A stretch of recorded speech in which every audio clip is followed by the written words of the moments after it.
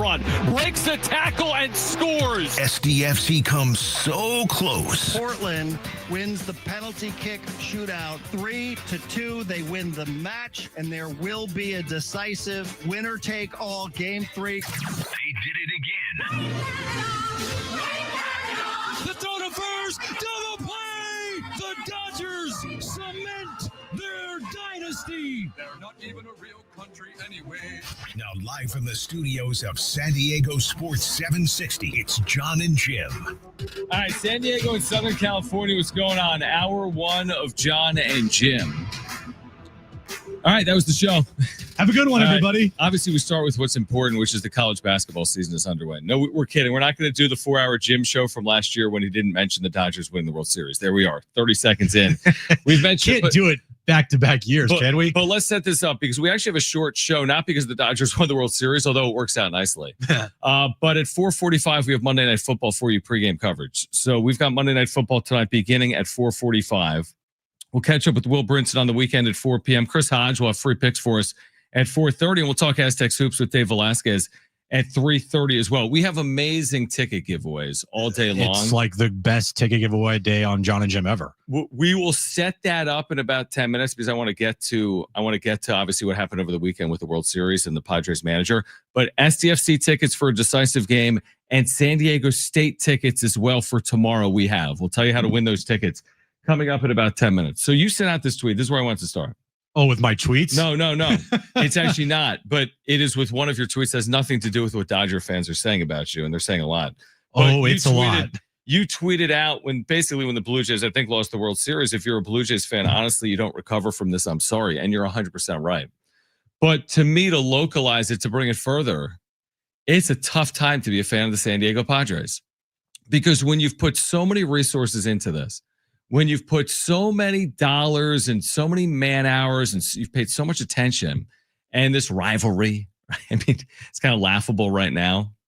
And to watch what the Dodgers now have done, Jim, the last 2 years, and this isn't solely about the Padres. We'll get into the Padres. It's about the Dodgers. It's about the World Series. It's about baseball. But yeah, it's a bad time to be a Blue Jays fan. I can't imagine it. Think about it from a Padres perspective. But honestly, it's a tough time to be a Padres fan. Yes, they've been successful to an extent on the field, but to watch the Dodgers, Jim, win in the manner in which they won this weekend, yeah, crushing for the Blue Jays, crushing if you're a Padres fan too. Right? What did I say leading up to the inevitable? All Padres fans just got to wear it. There's everybody in baseball. Giants fans, Padres fans. The Giants are a good example. It's their rival. Yeah. It's a great example. Yeah, everybody in baseball. Yankees, all these big markets. Everybody's got to wear it. This is the new dynasty in baseball, whether we like it or not, which we all don't like it. But you're right. They are the new evil empire. They are the villains of baseball. I agree with you. And, there's nothing anybody could do about it. And the only thing that can be done is there's got to be a team out there that beats them. And let's be fair. Oh, yeah. I mean, and that's why if you're a Blue Jays fan, you're never getting over it. This is the equivalent of being a Phillies fan in 1993. That tweet somehow made it to Toronto, and I saw Blue Jays fans tweet me how they're already over it. And I've lived through the Toronto Maple Leafs my whole life. I can deal with heartbreak. I'm like, no. This is a different type of heartbreak where you are 2 outs away from winning a World Series, and then 2 inches. The player that you had to worry about the most wasn't Shohei Ohtani in that moment. It was Miguel freaking Rojas. Miguel Rojas is going to become a curse word in Toronto with Blue Jays fans. Because, not only did he save the Dodgers season, but it wasn't just that home run. It was also the defensive play in extra innings.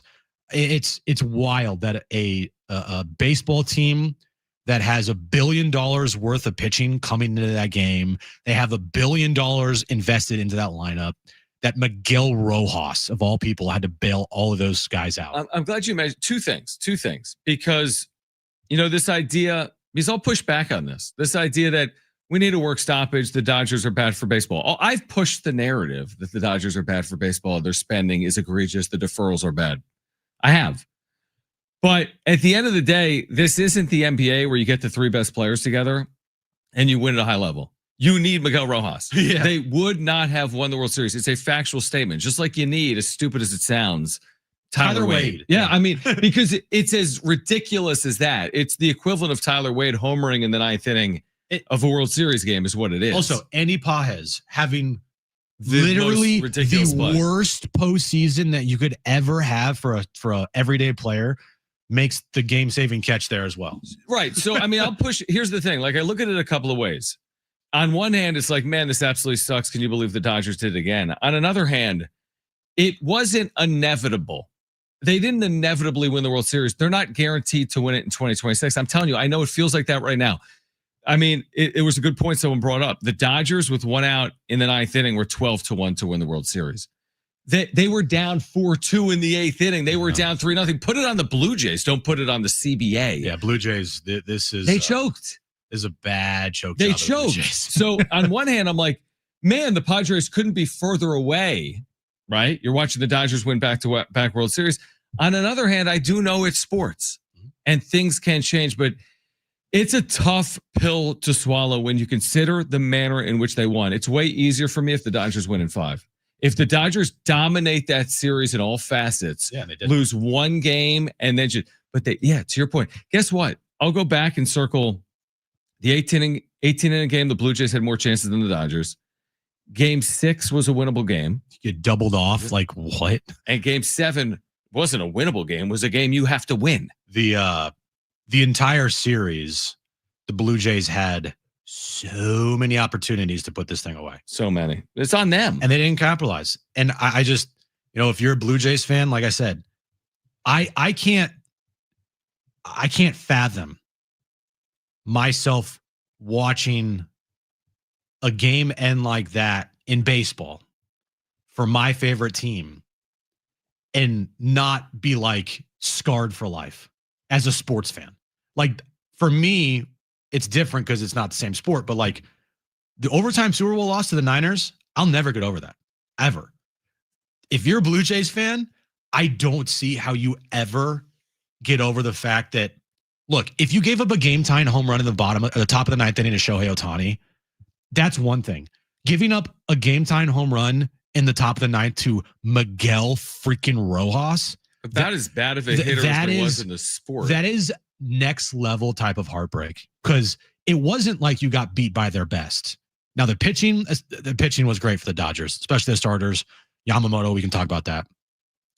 But other than game, what was it, 3 for Ohtani at the plate?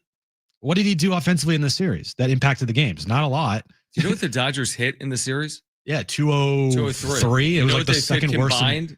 The last 2 World Series, 204. Yeah, it's their pitching that has got them to their World Series championship. Even that, they were trailing in the 8th inning. They were trailing in the 9th inning. And listen, this is the issue, like you said, whether you're a Padres fan or a Yankees fan or the Giants fan, you can't put all your eggs in the basket of the Blue Jays. It's not like you can sit here locally and be like, the Blue Jays let us down. No, I mean, it's not on the Blue Jays. Right now, it's now on the Padres to find a path where you can compete in a division with a team like the Dodgers. Now, I would push back, and I hate to do it, but like the rivalry thing, and I'm sure I'll push it again in 2026, and people are going to get amped for it, and for good reason. There'll be important games, but like it's about so much more than the rivalry right now. It's like, how about like name a manager? It feels like the gap is so wide. I don't know if it's true or not. The Padres lost to the Cubs like forever ago and couldn't score. And the Dodgers just won a second straight World Series. It just feels like the gap is so wide. Dodgers have the winningest manager in the history of the sport. Padres don't even have a manager. I know that for you, it feels like the gap is just like Grand Canyon size, but you also have to remember the Dodgers didn't 98 Yankees team roll their way through the regular season and the postseason. They barely got through the regular season with the division title if it weren't for the Padres, and they barely won a World Series if it weren't for the Blue Jays completely choking it and Miguel Rojas saving the day. And I agree with you, but does that matter? Because it's almost like the Dodgers can treat the regular season like an exhibition, right? They're guaranteed to be in the postseason. That's not even a question. Right. And I'm with you. I'm pushing the Blue Jays should have won the game. They were favored to win the game, obviously, once it was the 7th, 8th, 9th inning. But what is barely winning a World Series? It's winning still a World winning Series. a World Series. Guess what? The Chiefs, you're right. They barely beat the Niners in overtime. They won. Nobody remembers it like that. No, it's like, oh, you're holding that trophy up. It's a barely trophy. The Blue Jays barely had Joe Carter hit a home run, but nobody remembers it like the Phillies were equal to the Blue Jays. So I'm just saying it's a tough time for as much resources as we spend on the Padres and for as many people as they draw. Like, it's a great era that's coinciding with an awful era. It's not the decade of the Padres, as Peter Seidler hoped it would you know be. whose decade it is? It's the decade of the Dodgers. Definitively. And listen, we will be critical. We're going to give you obviously the San Diego point of view, but you'd be foolish to say anything other than that. Oh, and that's what sucks. Yeah, it does suck, And I'll tell you what, though, if you are just we're an objective viewer of this series. Great series. It was incredible. Great series. I hate the Dodgers more than anything, more than any sports team in any sport in the country. But objectively, amazing series. It was incredible. You and I both love baseball. I love baseball. So first and foremost, I love baseball. And I'm not going to not turn on the World Series because it's a bitter pill to swallow. Right. I love every Dodger fan invading my mentions, telling me I shouldn't watch the game. Bro, it's the World Series. I'm going to watch the championship. Like, as you should. Yeah. Honestly. Like, I think that's almost ridiculous. If you're like, I don't like the Dodgers, I'm not going to watch the World Series. Well, I like baseball. Yeah. I do think, though, and like the performances, Yamamoto, I mean, again, guy lived up to his contract in the World Series. He's worth every single penny of the $325 million the Dodgers paid for him. But also, I would like to say, pump the brakes. It was one of the greatest World Series pitching performances that you'll ever see. It was not even close to the greatest. Like, let's just pump the brakes on that. Are you saying Game 7 specifically with him coming back on no distress or Game 6? No, I'm saying the entirety of the World Series. His complete game in Game 2, Game 6 win, and then Game 7, 2 innings relief. I mean, honestly, to me, it's less about the Dodgers' ability to overcome.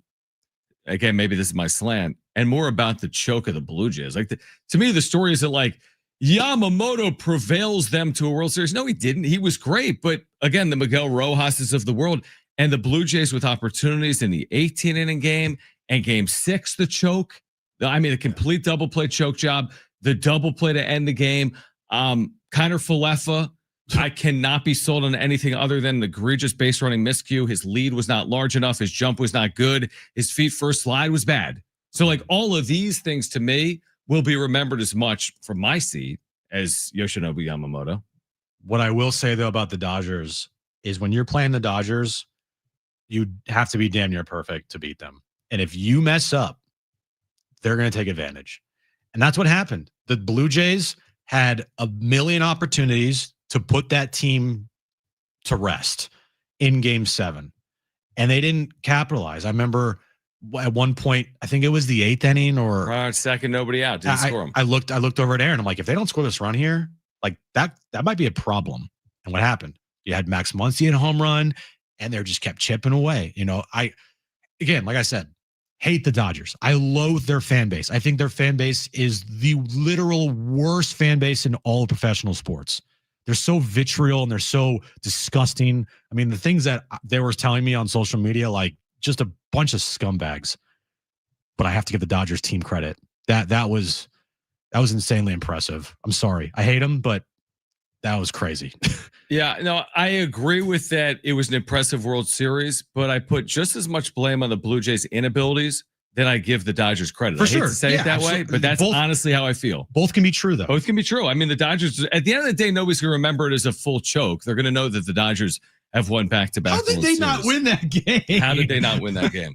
All right, we're going to tell you about some great giveaways on the other side. Plus, what is the latest on the Padres managerial search that's supposed to wrap up last week? We've got the latest there for you coming up. Stay with us, Jon and Jim. San Diego Sports 760, live on the iHeartRadio app.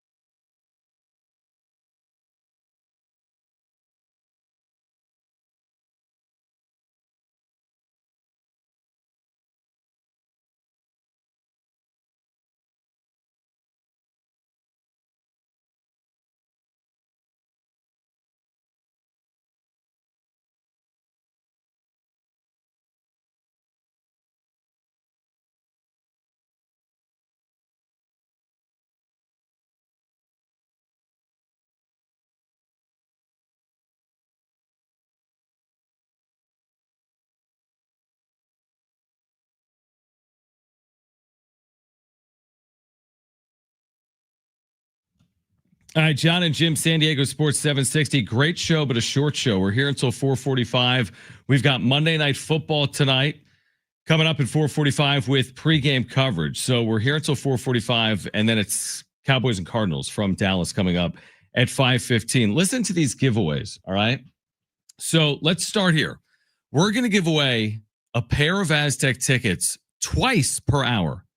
So a pair of Aztec tickets twice per hour for tomorrow's game against Long Beach State, including in the next 5 minutes. We'll give away our first pair of tickets for tomorrow's game at 7 p.m. that you can hear right here on San Diego Sports 760 with pregame coverage at 6 p.m. We'll give away a pair of tickets twice per hour, this hour, next hour, and in the 4 o'clock hour. If you want to go to the SDFC playoff game this weekend, that'll be Sunday at Snapdragon Stadium, you need to open up the iHeartRadio app right now. You can qualify to win a pair of tickets right now in the iHeartRadio app. Just open the app, find San Diego Sports 760, tap the red talkback mic, and just leave us a voice message with your name and where you're from. That's all you have to do to qualify.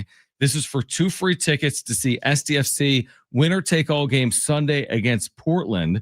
Make sure to make 760 your number one preset on the app and on your car radio as well. But Aztec tickets, if you want the SDFC tickets, open the app right now. All you need to do is click that red microphone icon. Once you find 760, tell us where you're from and your name, and you're eligible to win those 2 tickets for Sunday. See SDFC. On one hand, it's great that there's another playoff game at Snapdragon Stadium so quickly. Right.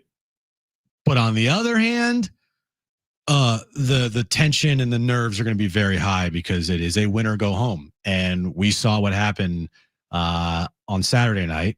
When you get to the postseason here in MLS and at the end of stoppage time, you have to go to PKs, like anything could happen. And SDFC is the better team, but you know, that's just how it went on Saturday night. And then Cijo dos Santos gets injured. Like, we can't have this happen to SDFC this early. Like, can't have this because that'd be bad. Yeah, no, they have to beat Portland on Sunday. It is a winner-take-all to advance to the Western Conference semifinals. So be listening. We're giving away, again, Aztec tickets in the next 5 minutes. We'll have 2 pairs per hour between now and 5 p.m. So, Jim, fact, Dodgers won the World Series. Another fact is the Padres have not yet named a manager, and it was very quiet over the weekend. We now know at this point, with the World Series being over, it's not just about reporting. They could just announce it. Could have been Sunday. Could have been earlier today. Clearly, there's no press conference coming today. Maybe we'll get some type of reporting at some point. But we're just left to wonder, like, what's next for the Padres? Days after the Dodgers win another World Series, their 3rd of the decade, the Padres are in limbo, presumably. Questions about free agency. Michael King has opted out as expected. Robert Suarez has opted out as expected. And the Padres don't have a manager. And that's the next big shoe to drop in San Diego, Jim. They're going to announce a manager. Then we'll get to free agency and the GM and the winter meetings. But, I mean, it's obviously sooner rather than later. But we thought last week, and now we're into next week with the Padres. We do have manager news in baseball that just happened moments ago. In baseball, Walt Weiss is the new Atlanta Braves manager. He was a bench coach for the Braves. I don't know how many other teams are without a manager right now. I was going to ask. That was my next question. 3 in the neighborhood. About 3 or 4. The Padres. Do the Rockies need a manager? They need everything. Great question. That's a great question. Does anybody care about the Rockies? No. I don't know what other teams need managers other than the Padres and potentially the Rockies. Looking that up. But to your point, like, let's go. Other teams have made the announcements. Yeah, I thought Rockies have an opening. Okay, and then there's maybe looking. Is there one other team? If it's not, then it's the Padres and the Rockies. Right, the Angels made their hire. The Rangers have made their hire. I'm looking at the only jobs open right now are in San Diego and Colorado. The only jobs in baseball. Now, you can make a case. Well, the Padres were blindsided. They didn't know that Mike Schitt was going to quit on them. They weren't expecting to go through a manager search this upcoming offseason. And because of how they were quote unquote blindsided by Mike Schitt, this might take longer because they have to prepare for a manager search. But then when I see reports last week and, they've interviewed Albert Pujols twice. They've interviewed Ryan Flaherty. They've interviewed Ruben Niebla. They've interviewed who else? Brian Esposito. They've interviewed Nick Hundley. I mean, you've already interviewed a bunch of guys. Well, what's taking so long here? When's the decision gonna be made? I mean, how many managers were hired during the World Series? At least 3. So there wasn't this, you have to wait till the World Series ends. Maybe you have to wait till off days for the team to announce it. But right now, the only thing the Padres are doing are teasing City Connect jerseys 2.0 for next year and telling everybody happy birthday. Right. I mean, what's interesting too, in just looking at the jobs that were open this offseason, you could certainly argue the Padres have the best opening. I could argue Atlanta if I wanted to, Right. but I could also argue San Diego. So I don't really know. I thought the optics as well. Like if you named a manager today, not just you can overly concern yourself about the Dodgers. I think it's bad optics. I don't think you name a manager the day that they're celebrating in Los Angeles, but it's obviously coming at any day now if they've conducted second interviews. But it has been very quiet. No reporting other than Kevin Acee. Very limited reporting on the Padres managerial search. So hopefully we'll have an answer at some point here this week, not last week. All right, what is the latest with some of these Padres free agents? We'll get into that. But we did promise you Aztec tickets. Caller 7, you've got 2 free tickets for tomorrow night at Viejas Arena. The Aztecs opener against Long Beach State is tomorrow at 7. You can hear it on 760. And caller 7, you are going. Call right now, 877-767-4760. Limited tickets if they remain at goaztecs.com. I think just a couple hundred remained this weekend. They would be at goaztecs.com. If you want these tickets right now, call 877-767-4760. 2 free tickets to see the Aztecs tomorrow night at 7 p.m. at Viejas Arena. Latest on the Padres managerial search. The latest on Michael King and Robert Suarez and other prospective Padres free agents coming up next on Jon and Jim.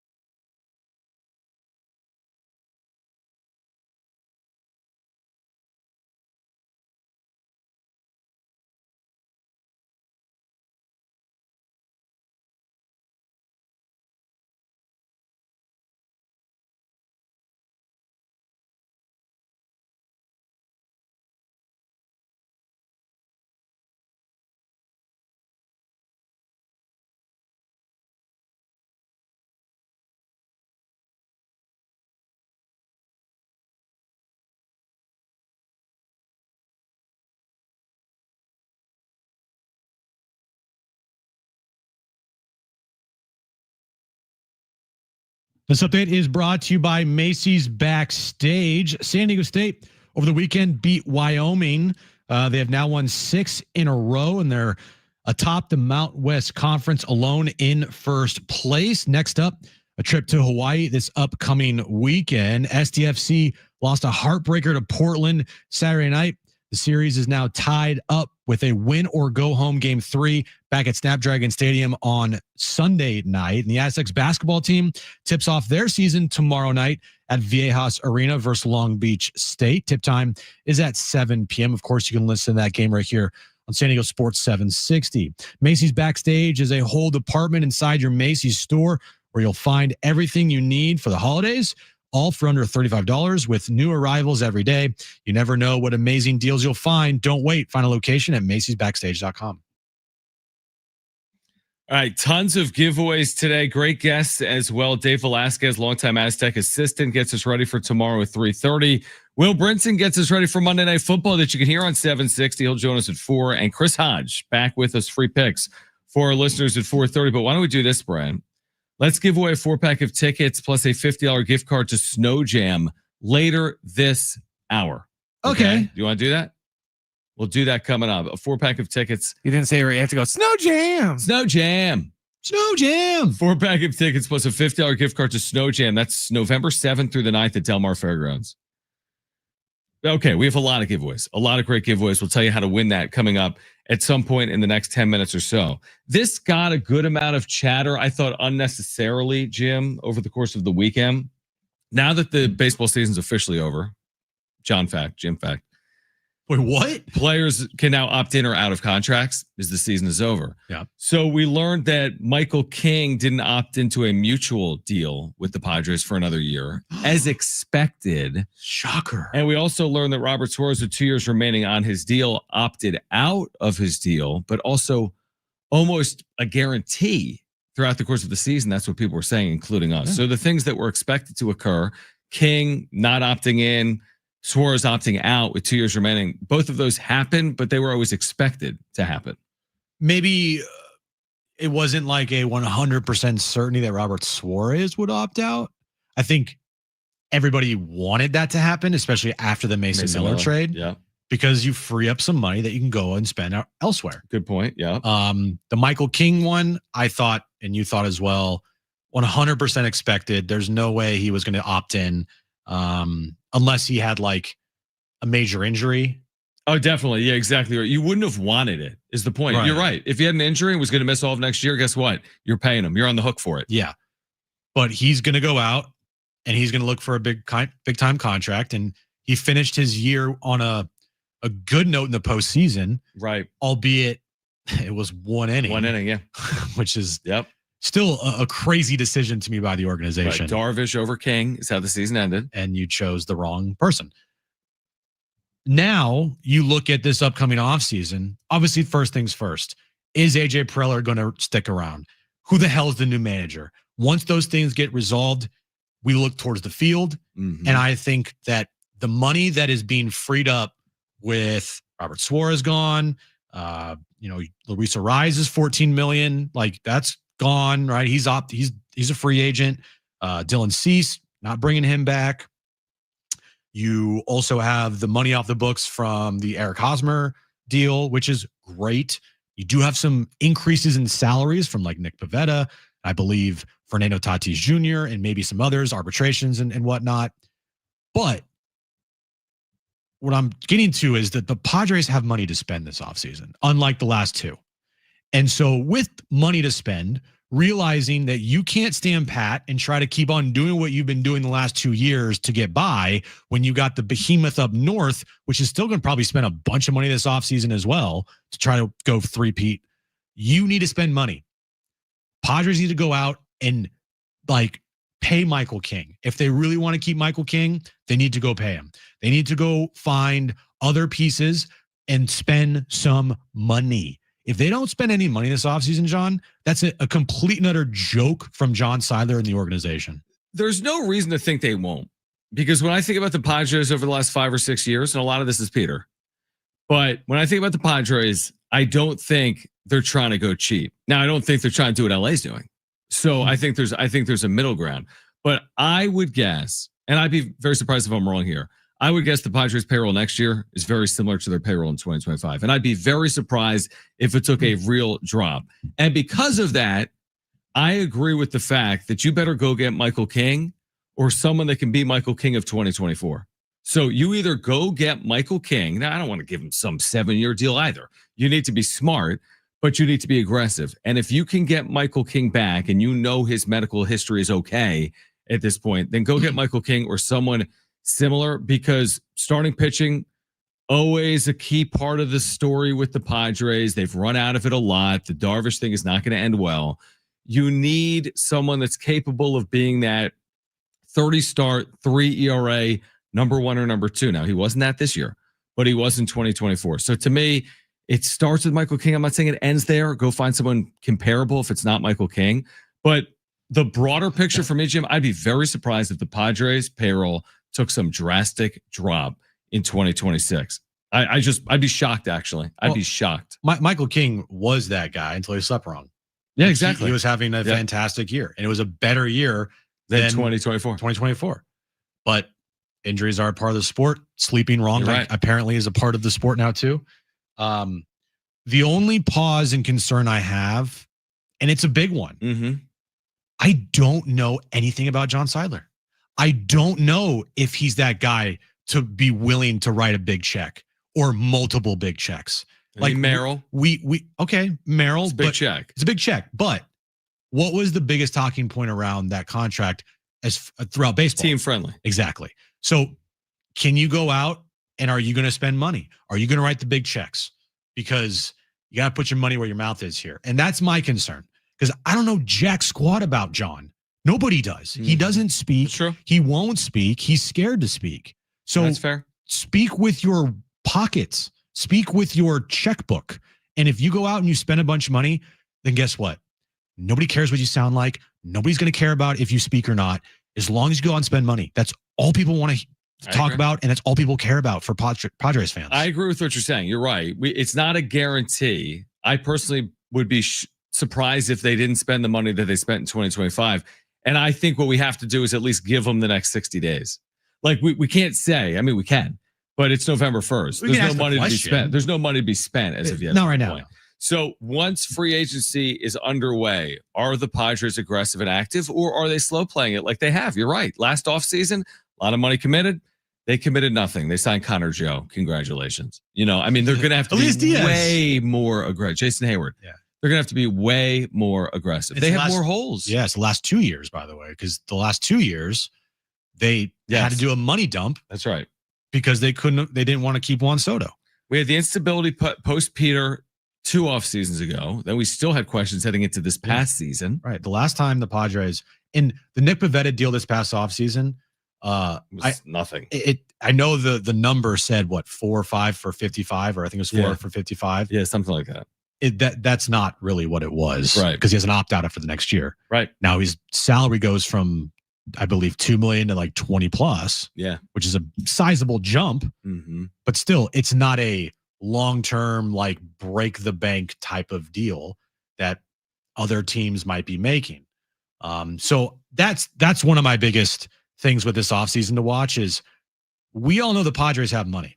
They have money. They're selling out Petco every single night. Like the jerseys are flying off the shelves. They're going to have these new City Connect 2.0 jerseys coming up for next year. Those things are going to sell like hotcakes. All right. Merchandise, ticket gate, food concession, everything is through the roof right now. Other than television. Well, which is a big we all knew that was obviously a problem, and it's a problem for a lot of teams other than the Dodgers. But what I'm trying to get to is like they got money to spend. So are you going to go spend it, or are you going to be cheap? Because if you're cheap, I got no hope for these guys. None. That's why it would surprise me. I think with the way they've drawn and what they're up against, I think at a bare minimum, you spend what you've spent is what I would say. Now, are you going to spend like the Dodgers? No chance in hell, right? No. You're not going to be top 3 in payroll again. They were under Peter. It didn't work out. But can they be top 10 in payroll? And I think the answer is yes. And I think you can win at that payroll. The issue is if they all of a sudden become bottom 12, Oh, well, then. right? Because you can't go from third, which is where you were with Peter, to eighth to then 18th. Like you're going to have to stay in that top 10 range. And I think they're fully capable of being that team. To your point, selling tickets, selling merchandise, creating revenue. They're not creating that TV revenue, but they're creating enough revenue to hopefully be one of the top 10 spenders in the sport. I'd be surprised if they weren't to start 2026. The two teams in this World Series, Dodgers, top 2, top 3 payroll. Yep. Blue Jays, top Big time 6, top spenders. 7 payroll. Yep. That's it's how the sport is, and I know the narrative of the Dodgers are ruining the sport. Why that is out there is because they are afforded these benefits that baseball has not regulated to make it more even throughout the rest of baseball. Sure. And also, it's not what the Dodgers are doing, it's what other teams aren't doing. Like the Pirates and the Marlins and the A's and whoever else you want to put out there as teams that aren't spending money. When we see the numbers that are being reported, baseball is in a good spot. They're making a bunch of money. Mm-hmm. These teams are making money, and the owners are deciding not to spend. And that's the biggest problem. To be clear, here's Spot Track 2025 final salaries of all 30 teams. One spot higher than the Blue Jays, the San Diego Padres. And they will finish the year 6th in spending. The team that finishes the year with the most spend is the Dodgers over the Mets. And they are rewarded for it with another title. Hey, but the Padres were 6th in overall spending, 90 and 72 last year. That's enough to win. And when you spend as much as the Dodgers, you're expected to win. You are, absolutely. And when you don't win, it's an epic failure. So, like, they spent the most money. They won the World Series as they were expected. They were always the favorites. They were never the underdogs. And yeah, I know it feels like it was inevitable because it's, they have this devil magic that they're now, sitting around and spawning. It's like, it's ridiculous, but you have to spend money to win.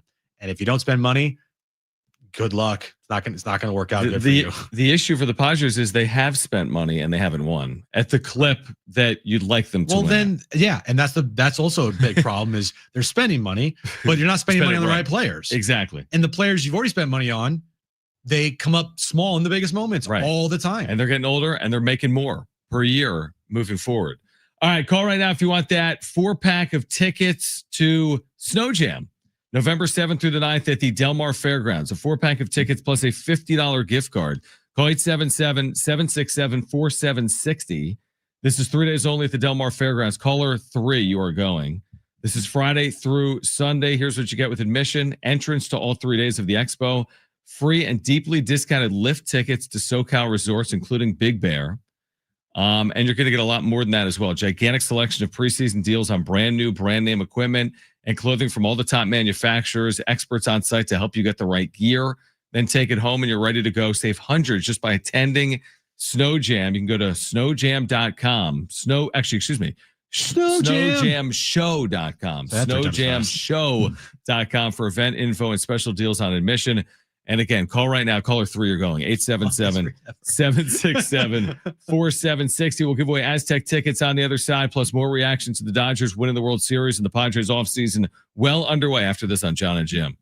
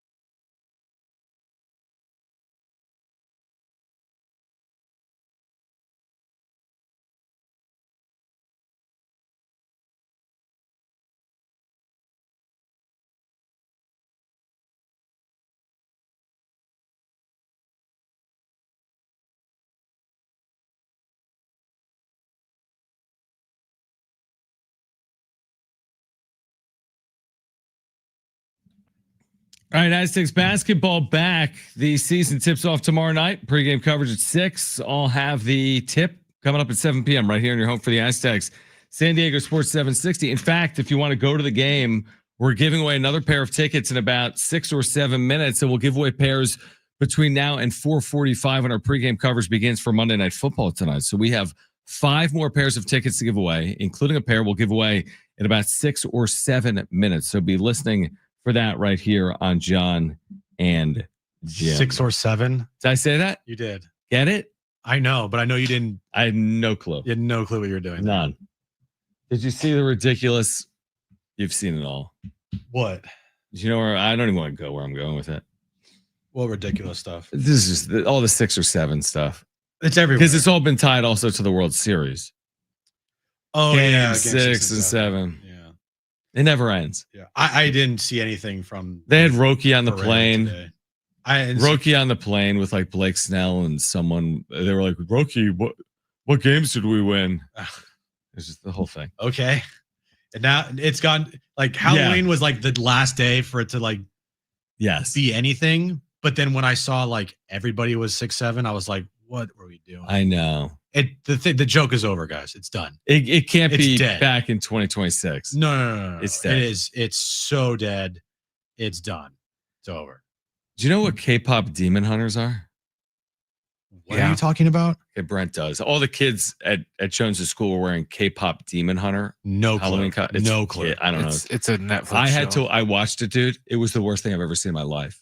K-pop demon hunter. Demon hunters. It's- Please put it on. It's Japanese anime, Okay. only for like with 7-year-olds. K-pop, Dude. So picture Japanese anime with annoying K-pop music. Is going on there- It was throughout it. insane. Is there a character in there with like purple hair? Yes. All Okay. the girls were wearing the long purple like braided hair. Because one of my best friend's daughter, she was that character. I think if you're between 6 and 10 years of age, there were a lot of those costumes this year. I didn't get it. Like I was like, wait, what?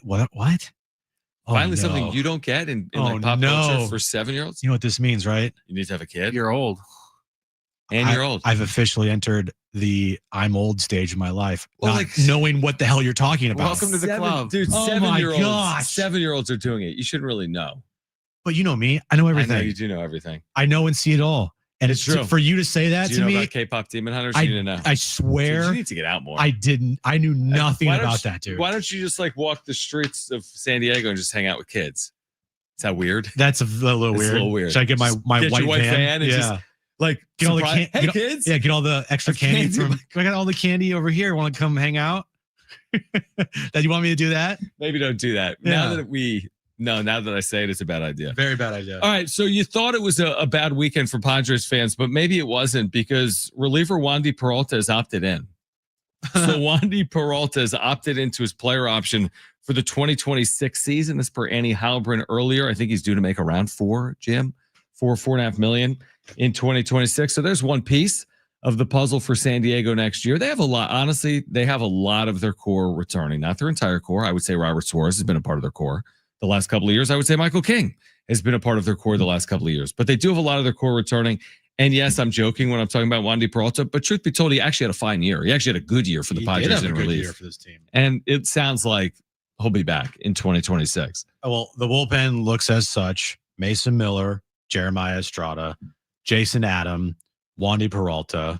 Will Adam be David ready Morgan. to go when the season starts? I thought there was some questions about that, Maybe not right away, but which is fine. he's going to pitch for them next year. But think about it, that's a significant injury that's Yeah. going to cover months upon months. Blow out your quad. At least it wasn't his arm. True. Yeah. He'll be back, but it might not be March Right away. 30th or whatever. But just like He's a huge hopefully piece. by the end of like next year, when you get to the postseason, hopefully He's 100%. you still have Estrada, Adam, Miller, Wandy Peralta, David Morgan.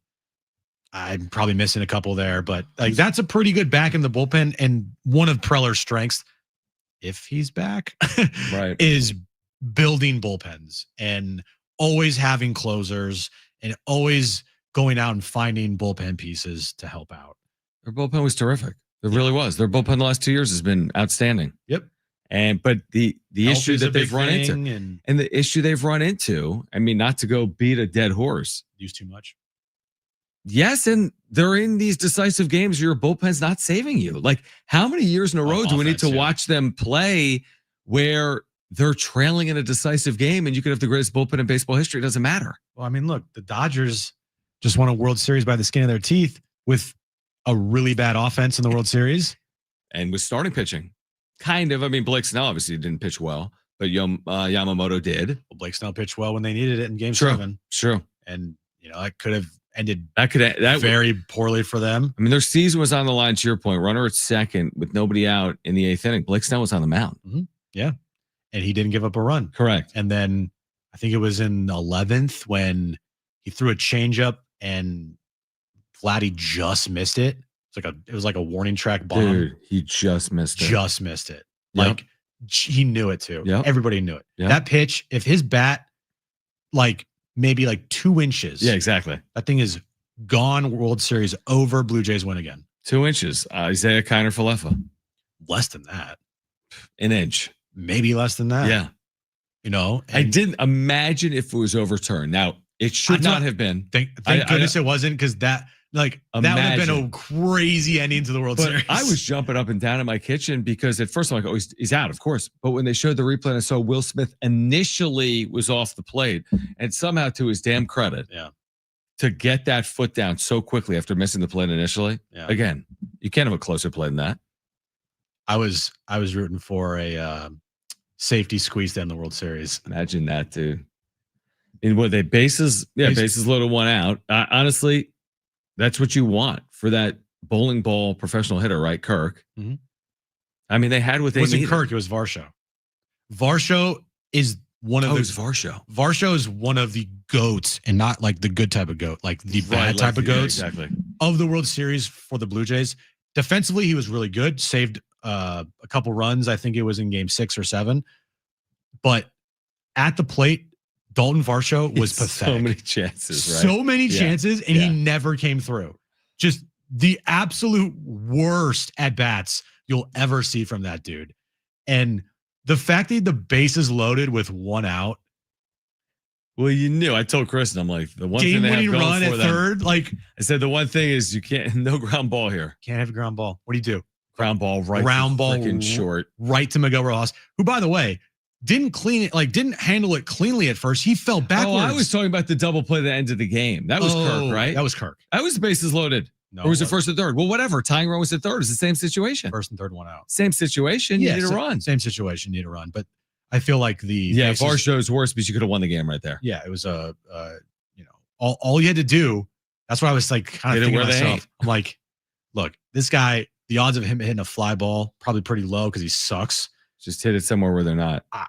Dude, I was thinking like Mike Schilt. Please? I was thinking like Mike Schilt. I mean, I don't hate it. Now, I love it now. You just lay down a bunt, send the runner scores. Who cares about the out at first? Because they're going to have to try to go at home. They have to make a perfect play. But it was a force. I know it was a force. Force makes it easier to make that play. You're right. But also, if you're sending him on contact, by the way, it probably wouldn't have worked out anyway because Kiner Falefa is one of the worst base runners known to man. And every pinch runner that the Blue Jays had this series never scored and always messed up.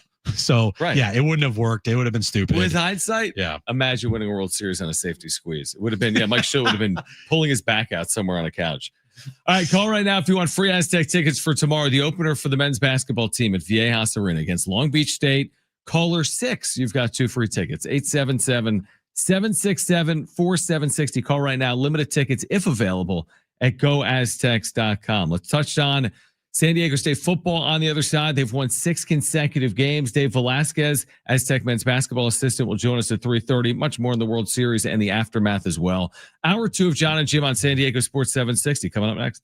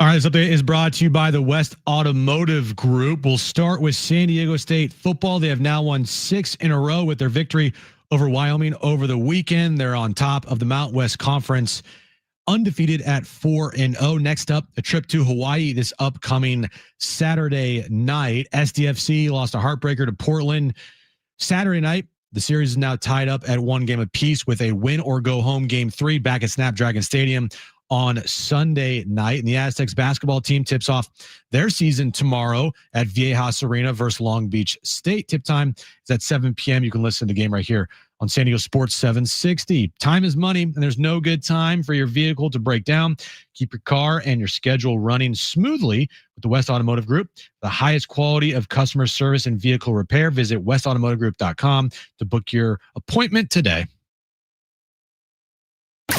Another statement for the Aztecs. Handoff for Napier with blockers out in front. Breaks the tackle and scores. SDFC comes so close. Portland wins the penalty kick shootout 3-2. They win the match, and there will be a decisive winner-take-all game 3. They did it again. The throw to first, double play. The Dodgers cement their dynasty. Not even a real country anyway. Now live from the studios of San Diego Sports 760, it's Jon and Jim. All right, San Diego and Southern California, what's going on? This is hour 2 of Jon and Jim. We've got pregame Monday Night Football coverage beginning at 4:45. We've got great guests for you over the next hour and a half or 2 hours. Dave Velasquez, longtime San Diego State basketball assistant, gets us ready for tomorrow night. Aztecs men's basketball opener. He'll join us at 3:30. We'll give away 2 pairs of tickets this hour to see San Diego State tomorrow. So be listening for those tickets. We'll give away a pair of those tickets in the next 20 minutes or so. Will Brinson will join us from CBS Sports at 4 p.m. We'll talk about the NFL and Monday Night Football and the injury to Jaden Daniels and more at 4 p.m. with Will Brinson. Chris Hodge has free picks for our listeners coming up at 4:30. Are you surprised that we are going to go through an entire weekend, presumably, where ESPN and Disney still hasn't resolved their issues with YouTube TV yet? Stand by. Open the iHeartRadio app for these SDFC tickets, because I'm told to promote these right now. SDFC, we're qualifying listeners for SDFC tickets for Sunday decisive playoff game that they have to win against Portland. Kind of want to qualify. If they lose, they're not playing anymore. Right. So you could argue it's a must-win game. It's a must-win game, John. Okay, you're going to argue it. I will argue that. Sunday, if you want to see SDFC Portland in a must-win game, we have 2 free tickets. You can qualify to win those tickets by opening the app, find San Diego Sports 760, tap the red talkback mic, leave us a voice message just with your name and where you're from. That's it. Then make 760 your number 1 preset on the app and on your car radio. Only way to win and to qualify is open the iHeartRadio app. Click the red microphone icon. Tell us your name and where you're from, and you are eligible to win those 2 free tickets. I have an update on the story you're referring to, the YouTube TV and Disney standoff. Yeah. In like the streaming wars. So this from the Sports Business Journal. They actually got it from The Athletic. The Athletic reporting today that Disney and YouTube are still, quote unquote, far apart on the central issue of the price per subscriber that YouTube TV will pay Disney for its content. This, according to The Athletic from earlier today. It's now been multiple days. I think it's been most impactful so far, correct me if I'm wrong, for SEC college football fans. You would have missed every SEC game this weekend, either on ESPN or on ABC. And now tonight, you, of course, switch gears to the NFL, and a massive property and brand in the Dallas Cowboys is playing here tonight. So this is going to impact all sports fans. It is ESPN. Mm-hmm. I'm holding out. I'm keeping YouTube TV. I love YouTube TV. I hate what's happening here. And I'm sure they have some of the blame in it as well. But I'm just going to assume, Jim, it gets resolved at some point moving forward. But yeah, it's concerning. I don't really care about tonight, to be honest with you. I have the Sunday ticket. So, yeah, I kind of have to keep it, right? Right. Because it's through YouTube. Yeah. Yeah. I can watch San Diego State on CBS Sports, so that's fine. Yep. I don't care about any programming on ESPN other than live play-by-play, so I'm not missing out there. Gonna miss the NBA this week. The NBA will be something that will annoy me. That's NBA for Cup. sure. These are NBA Cup games. Only if the Warriors are on ESPN. Because if they are, and I can't watch it, then it will annoy me. Group of death games. Group of death games. You're Right. right. But I'm with you. I'm going to hold out. I'm going to hold out. But if they do come back to the table and YouTube TV caves to ESPN and Disney And raises prices? then I think I'm out. After the NFL Interesting. season. So you'll hold the line now because you expect to eventually get your channels back. But if you get your channels back, you don't want them to be at any additional cost. So you're basically in the corner of YouTube TV's argument, which is we don't want to pass along the price increase to our customer. Right, because ESPN is greedy, so is YouTube TV. But ESPN is doing this because they have their own stupid app now.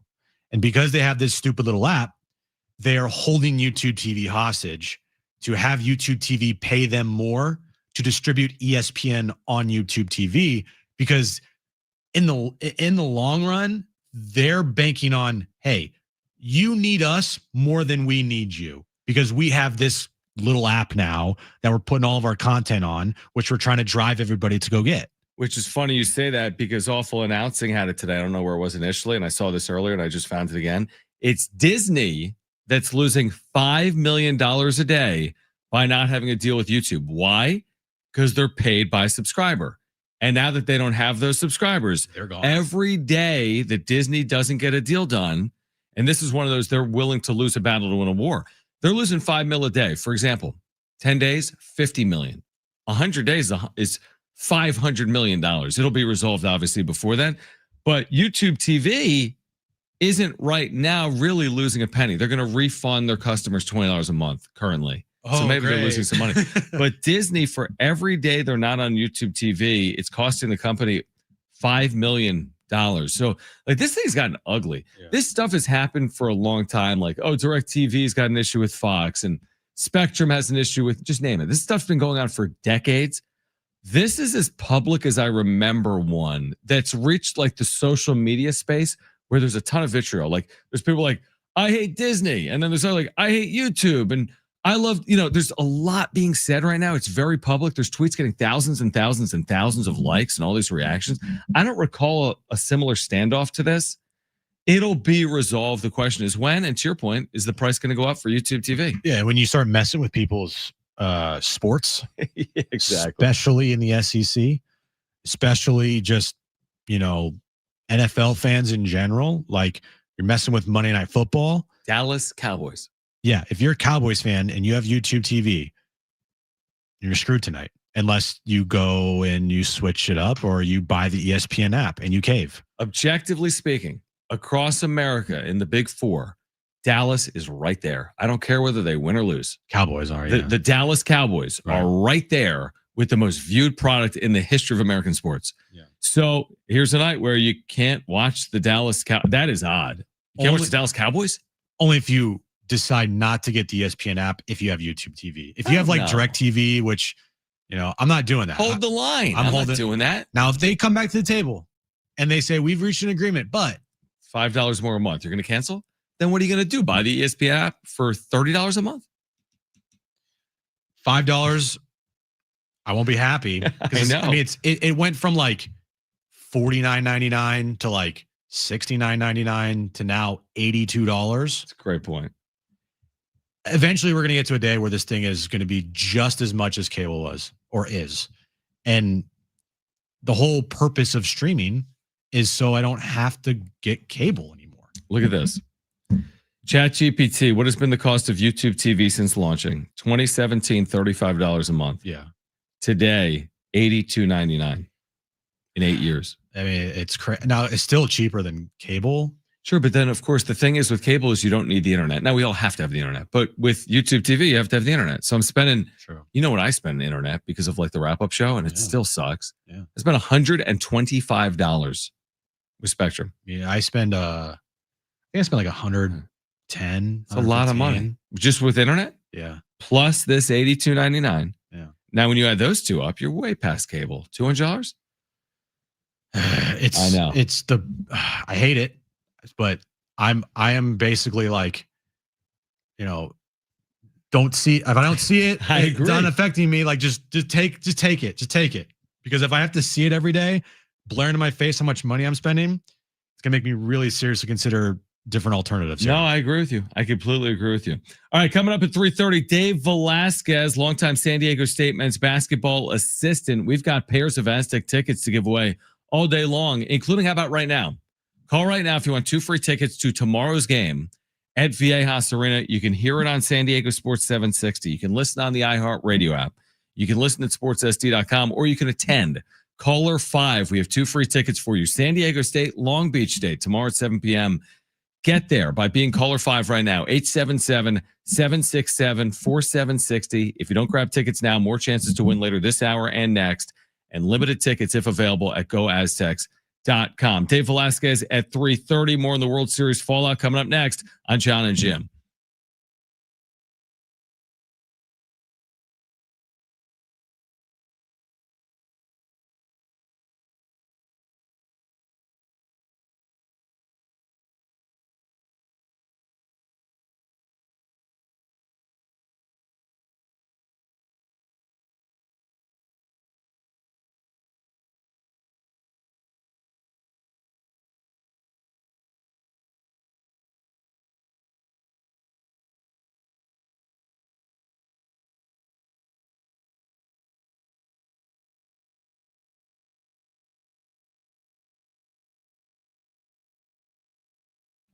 All right, hey guys, it is Jon and Jim again for the all-new Jamul Casino Resort, the Players Place. It is now open. The hotel and spa at Jamul Casino Resort. It's the next level of luxury. It's arrived.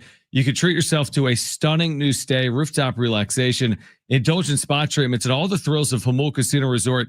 Now all in one unforgettable destination. Yeah, savor San Diego's ultimate endless dining experience at Jamul 23. From our world famous lobster brunch served every morning to the luxurious VIP endless dining experience each evening. Indulge in chef curated specialties, fresh seafood, prime cuts, and decadent desserts, all with stunning panoramic views. You're going to love the spa. You can unwind in style, experience pure relaxation with indulgent treatments, serene spaces, and a retreat designed to refresh your body and mind. You can learn more at jamulcasino.com/spa. Check it out. The all new Jamul Casino Resort, the Players Place.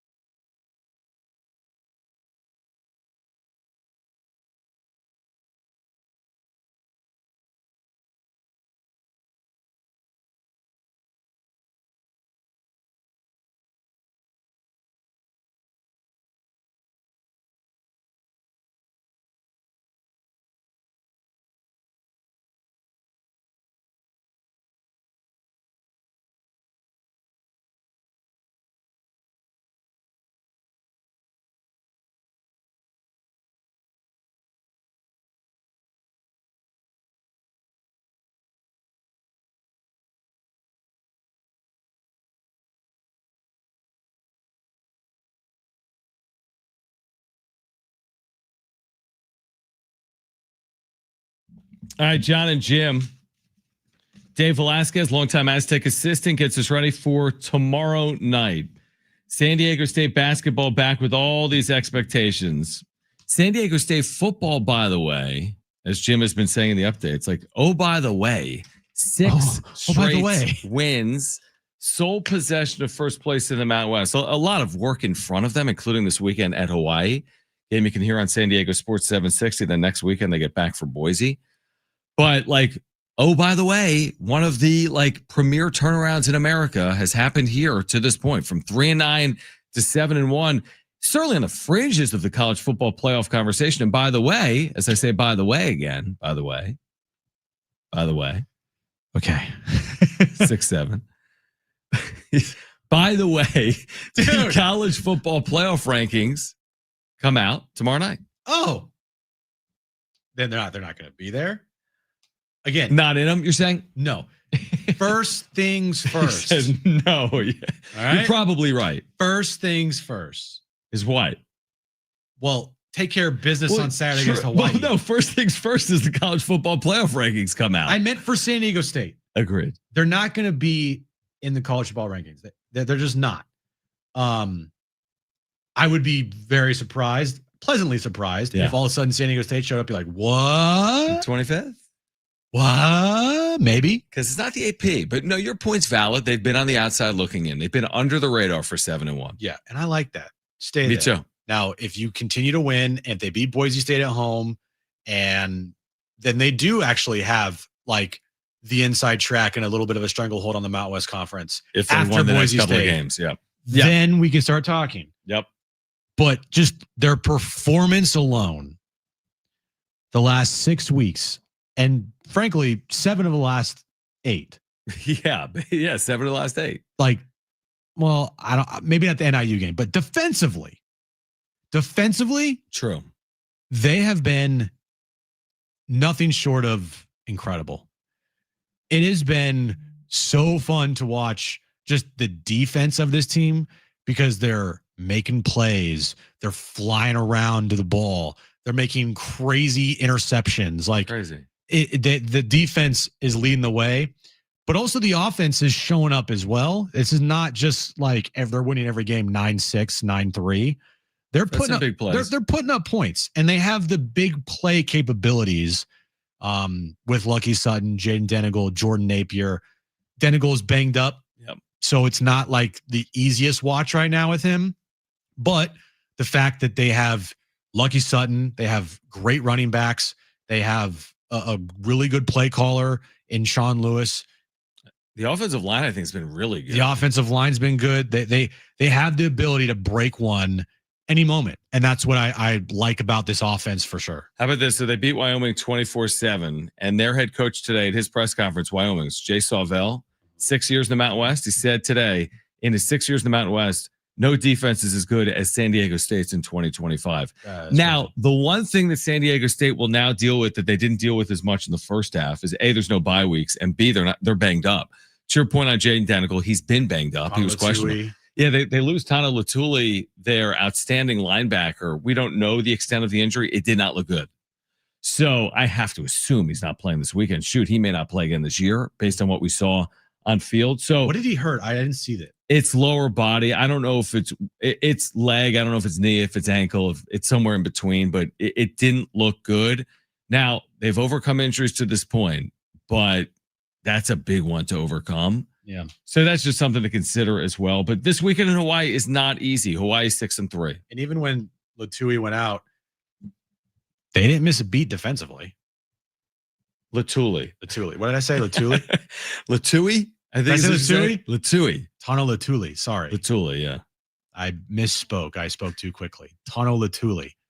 That's a hard name for you to say. It's very hard for me to say. What if he had shoulder surgery? Tano Latuli with shoulder surgery. Dude, don't want say that man. 3 times fast. But that's a loss and a big one. He's a heart and soul captain guy. But they've had guys that have filled in because he missed some time earlier this year. Yeah. They're just, they are. It's crazy. You look at the Mountain West Conference standings. Yeah. They're in first place right now. 4-0. Sitting alone, top of the Mountain West Conference. But it's the points forced and points allowed number where you look at and you're like, 80 points allowed, and then the next best team is like around 200. 80 points. That's not just Mountain West games that Jim's talking about. That's in 8 games. That's all the games they've played. They'd allowed 80.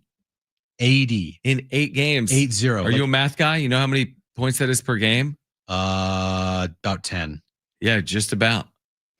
So in the Mountain West Conference, the second best defense in the conference. Do you know this, John? I have no idea. Oh, yeah, I would guess. I'm going to guess is like Wyoming. Overall, Wyoming, yes. Wyoming has the second best defense overall, points allowed per game. Okay. Next, they've given up 182 points overall this season. And that's second to the 80? That's I would guess second. next would be like Boise. Boise's given up 216. They play Notre Dame. Yeah. And then everybody else, Wyoming's 182. Fresno and Wyoming are the only teams that have allowed under 200 points. And they're like all pushing 200. And SDSU hasn't allowed 100. SDSU has allowed 80 on the year and 41 in the Mountain West Conference so far in 4 games. 4 games, 41 points. I think it gets harder. Hawaii's the lead offense with the run and shoot. They are. And then Boise's on hard times right now, but it's Boise. So they're capable. So we'll see. San Jose State actually is the number 1 passing offense in America. And they still have to play San Jose State. But you can't complain about where they are. And to your point, 1 game at a time. Now, will I be watching the college football playoff rankings tomorrow? You better believe I will. Of course you will. You better believe I will be. But you're right. Does it mean anything where you are in early November? No, it doesn't. No, but they're on the right track. And they are. Just put your head down. You can't control, the uncontrollables, as Sean Lewis says. You can't control that stadium not getting packed. Like, just go out there and take care of business and go out and win as many games as possible. That's all you can control. Just play good football. I agree. Dave Velasquez, longtime San Diego State men's basketball assistant, gets us ready for tomorrow night. And at the end of our conversation, we'll give away 2 more tickets to see the Aztecs tomorrow back at Viejas Arena to open their season against Long Beach State. So Dave Velasquez on the other side. Will Brinson, CBS Sports on the NFL at 4 p.m. Chris Hodge will join the show coming up at 4:30. This is Jon and Jim.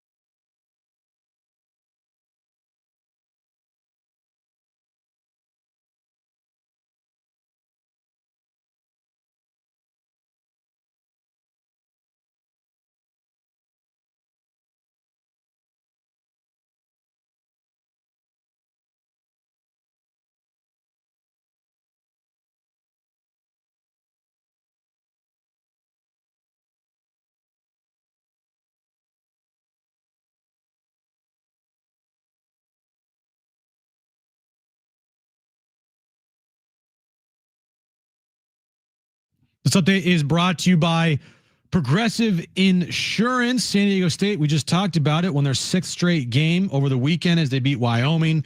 They're now atop the Mountain West Conference, all alone at 4-0 in conference play. Next up, a trip to Hawaii this upcoming Saturday night.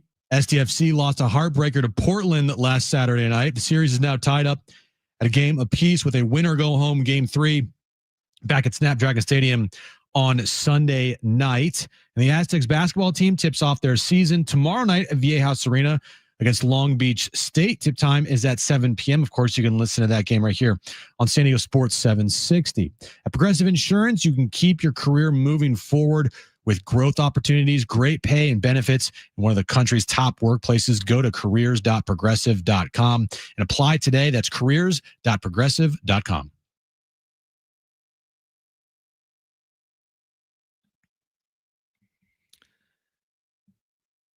Aztecs back in action tomorrow night. Season is here. Hard to believe. Season opener is coming up, and it's tomorrow night at 7 p.m. You can catch the action right here on San Diego Sports 760. Always great to connect with Dave Velasquez, longtime men's basketball assistant. Dave, first of all, we appreciate you taking time. Secondly, you've had a lot of opening nights in your career. What's it like this time around with this group that you and the coaching staff have assembled? How are you feeling? What's your excitement level like getting ready for another year beginning tomorrow night? And thanks for hopping on. I appreciate you having me and just getting me. I was walking out the practice floor. So we had another good day of practice today. And yeah, we're really excited to get it going. You know, I think as you can see in our first 2 exhibition games, one against UCLA, one against University of San Diego, you know, how important our depth is, what a luxury it is to have the depth, but at the same time, what problems that may cause down the line. I mean, I'm not still sure that Coach Dutcher knows who he's even starting tomorrow. And that's a good problem to have because we have so many good players this year. And they've worked really hard. They've really earned this opportunity to go out there and play well tomorrow, hopefully. And I thought we did a really good job of growing from our UCLA game to the University of San Diego game and then getting better at practice ever since. What's that feeling like for you, knowing that, you know, the coach of Long Beach State is someone you work so closely with for so long, and Chris Acker, knowing you look over there and he's coaching Long Beach State, and you're probably going to see some similarities with how they run their plays and defenses. Well, what's that going to feel like, and what's that experience like for you? No coach likes these games. Yeah. You know, it's not fun to play your friends. You know, we get really competitive. And he'll win at all costs. The same way we're going to want to win at all costs. But, you know, there is a lot of similarities in terms of the X's and O's. I mean, Coach Acker was just an unbelievable assistant for us. One of the best we've ever had here. And, you know, did a great job here. You know, that earned him a head coaching job at Long Beach State, which these head coaching jobs are hard to get. And he earned the one he has right now. And his team is very connected. There's the defensive scheme is very similar to ours. Offensively, it's a little different, but defensively, I mean, we're going to be playing a lot like ourselves at practice. So it's going to be something we're familiar with, but at the same time, we know how hard it is to score on us. And so it's going to be a challenge for us, and it's going to be something that is going to feel very similar to what we do every day. San Diego State, Long Beach State, Viejas Arena tomorrow night at 7 p.m. A game you can hear right here on San Diego Sports 760. If tickets remain, limited tickets would be at goaztecs.com. So I go back to this offseason coaching, and you spent a good amount of time with Miles Bird throughout that NBA combine process. Having gone through that and now seeing where Miles is heading into his 4th college year, how will this experience of the offseason potentially benefit him this season?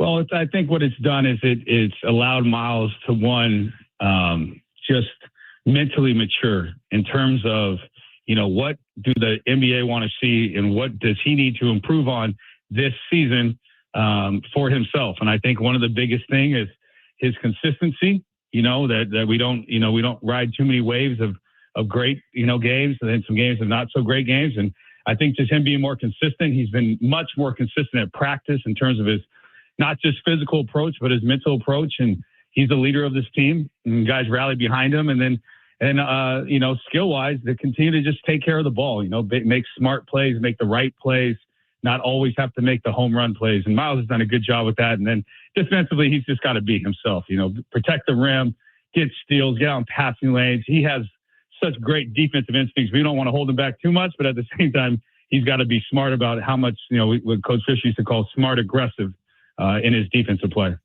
We talked to Reese Waters last week, and it's like getting a new player. I mean, you didn't have him last year, and now he's back for you guys this year. And you know his game, obviously, and the things that he's improved on this year off since his injury. How big is it to have a guy like Reese Waters back into the fold here, knowing this guy is just a bona fide scorer for you?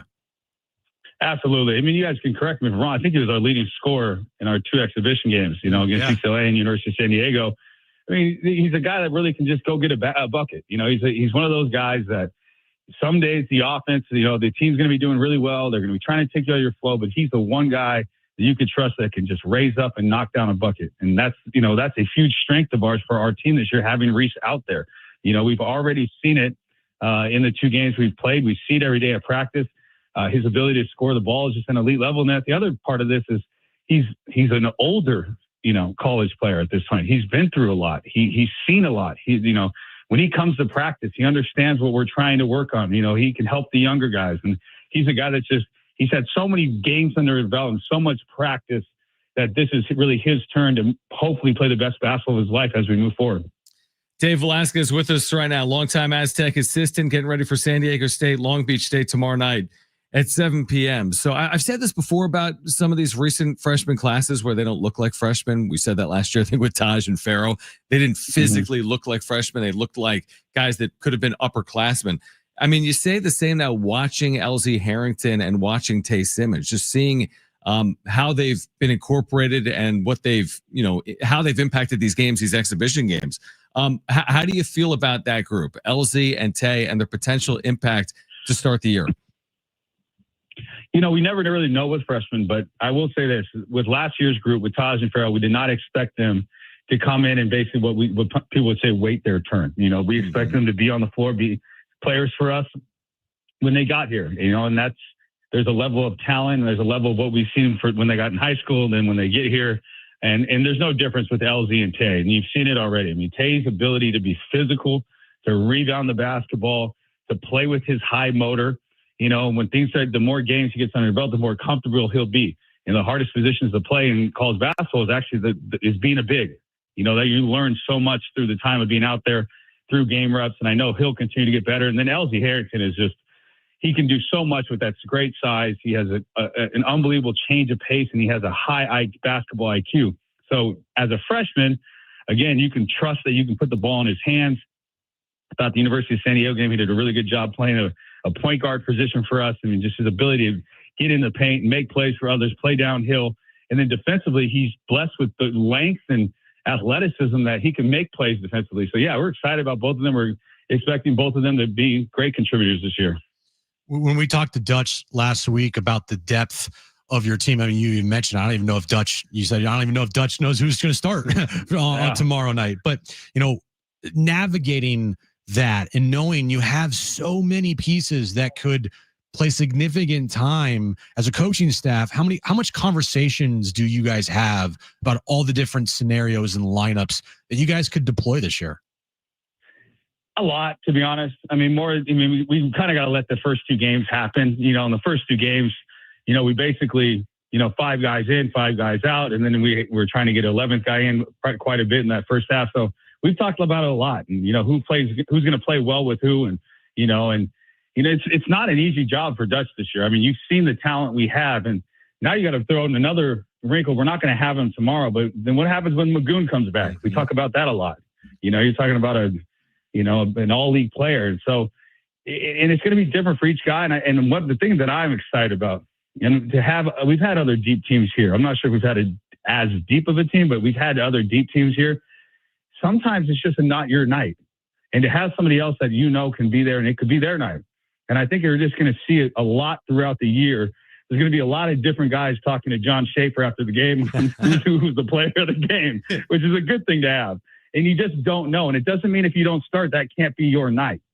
And I think that's what we'll find out throughout the year. And, it's going to take it's going to be a huge mental approach from our team to deal with that. That's not going to be easy. We went into the last season, and I'm not sure how many times, if maybe once or twice, we've even changed the starting lineup. I don't think this year is going to be like that. I think there's going to be times where we start a group, and then we come out at halftime, and there's a different group out there. It's just that type of team that we have this year. And so, again, like, to answer your question, honestly, we talk about this stuff all day long, in the offense, about when we start talking about substitution patterns and who's going to start, and all those type of things. But it's a great problem to have, but it's not going to be an easy one for Coach Dutch and the rest of the staff.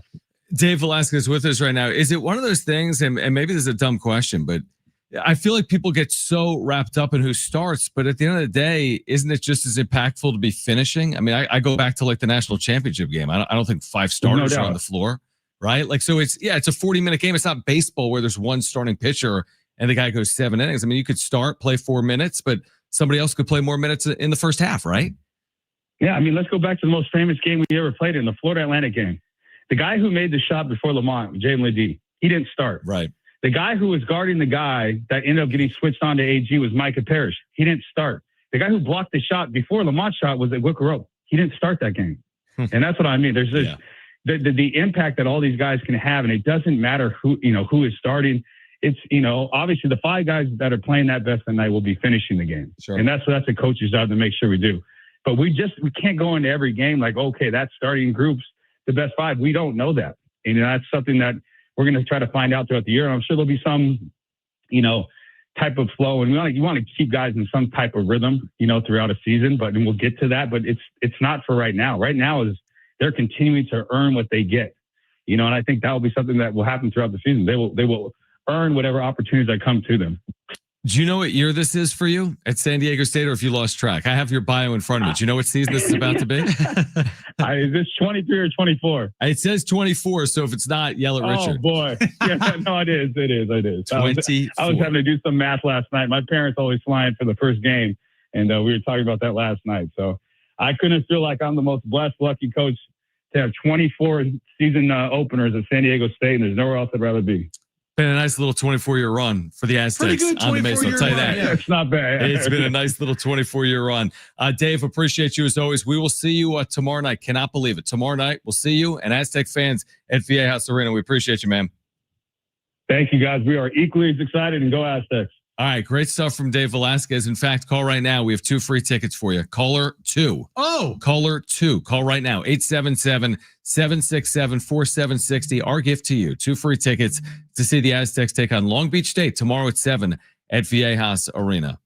a gift A gift for you. to you. Caller 2. Will Brinson at 4 p.m. Senior NFL writer, CBS Sports. Chris Hodge at 4:30 has free picks for our listeners. Monday Night Football coverage begins at 4:45. We're with you for the next hour. This is Jon and Jim.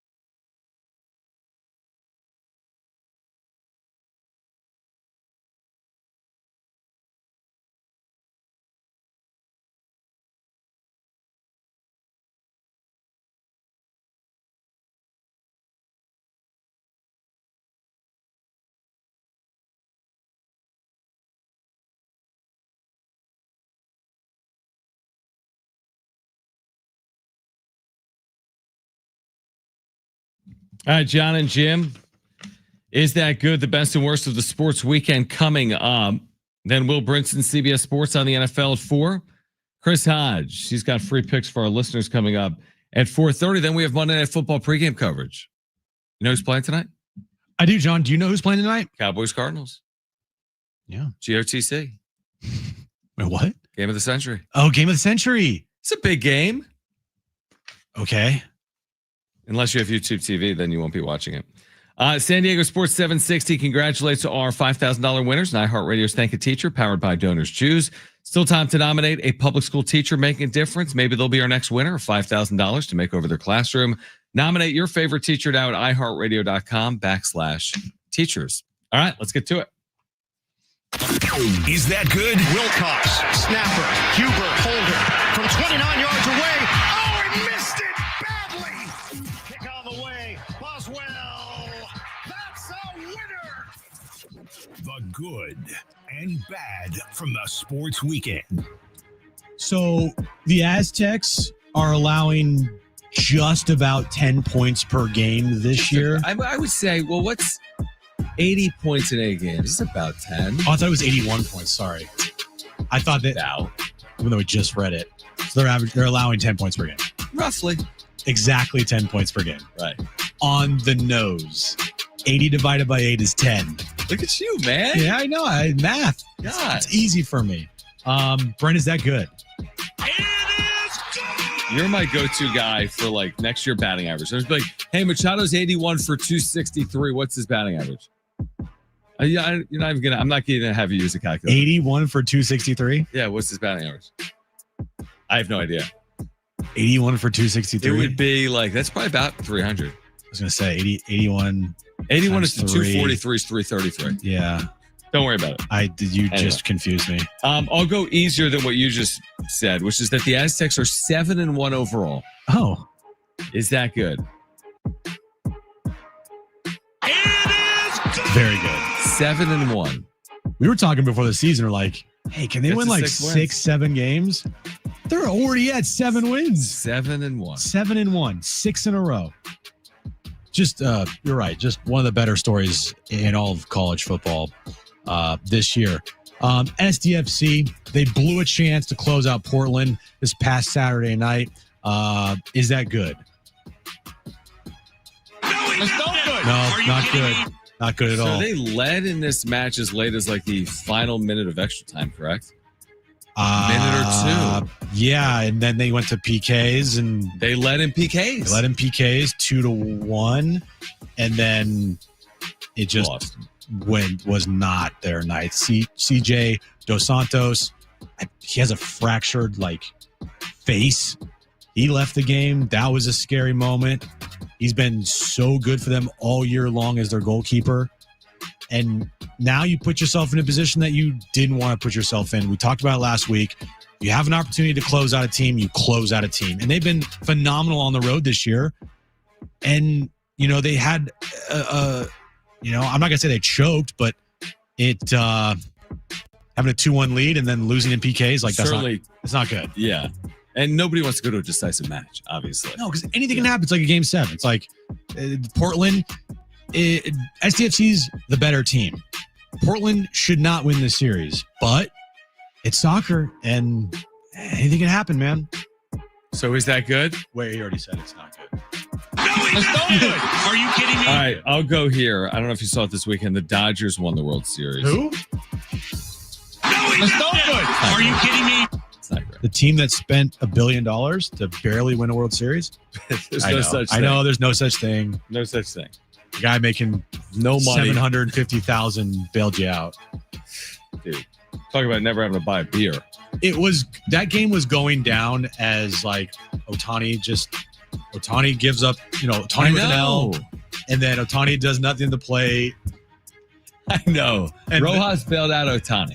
100%. It's crazy. That's how sports work. That's how baseball works specifically. Ohtani did not have it. And then the BS that he was doing in between innings, taking his sweet time.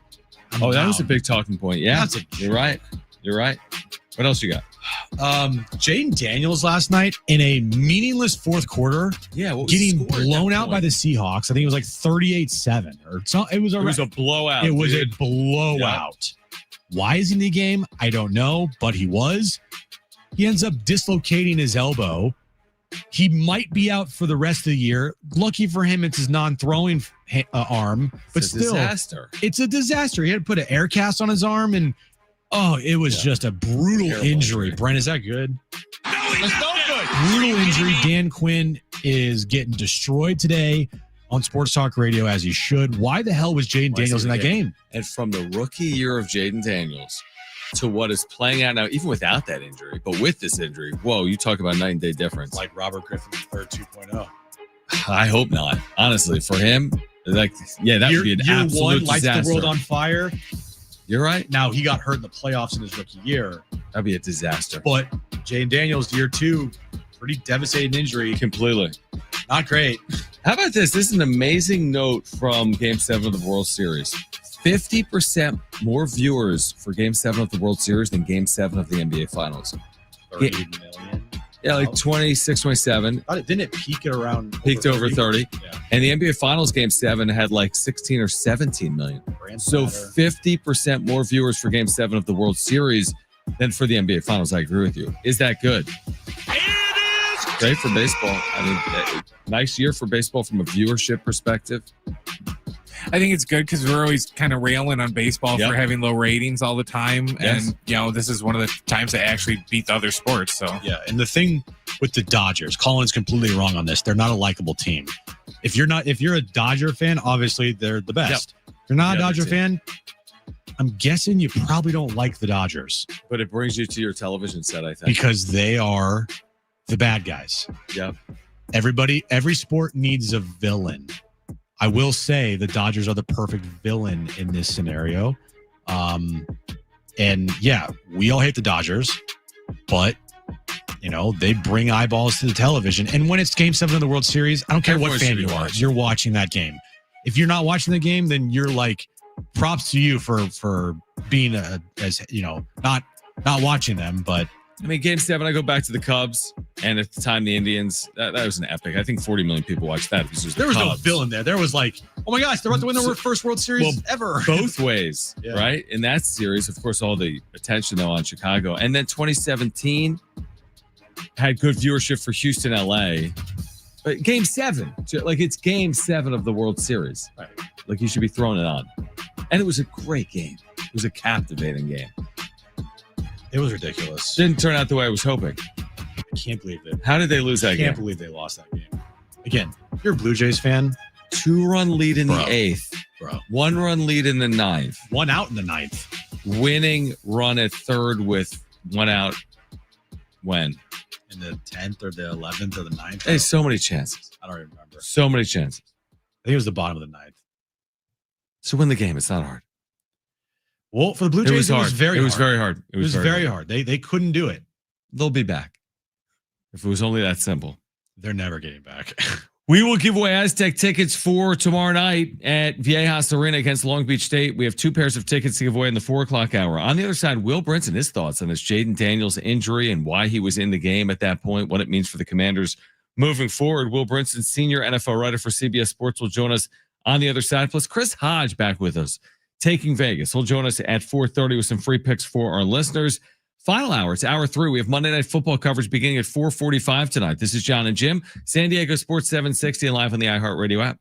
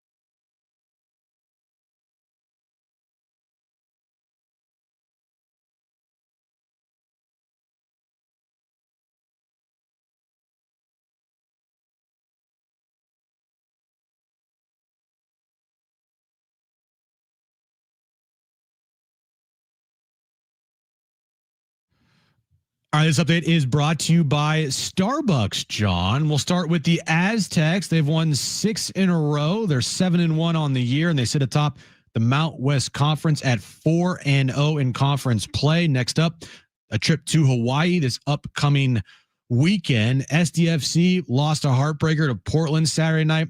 The series is now tied up with a winner-go-home Game 3 back at Snapdragon Stadium on Sunday night. And the Aztecs basketball team tips off their season tomorrow night at Viejas Arena versus Long Beach State. Tip time at 7 p.m. The pumpkin spice latte is back at Starbucks, handcrafted with their signature espresso and real pumpkin sauce, then topped with whipped cream, cinnamon, and nutmeg. PSL, get it while it's hot or iced, only at Starbucks.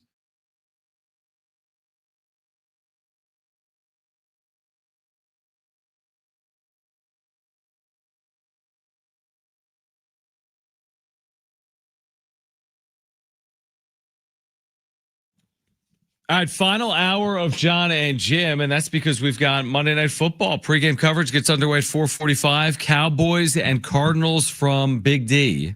Coming up in 45 minutes, we have Aztec basketball tickets to give away for tomorrow night. In fact, we have 2 pairs of tickets we'll give away over the next 45 minutes. And we have Chris Hodge joining us to look ahead as well to Monday Night Football. He'll join us at 4:30. Now, as always, Will Brinson, senior NFL writer, CBS Sports, joining us on Mondays to recap the weekend and to look ahead to tonight's game as well. So, Will, we appreciate you taking time for us as always here in San Diego. Let's start with Jaden Daniels.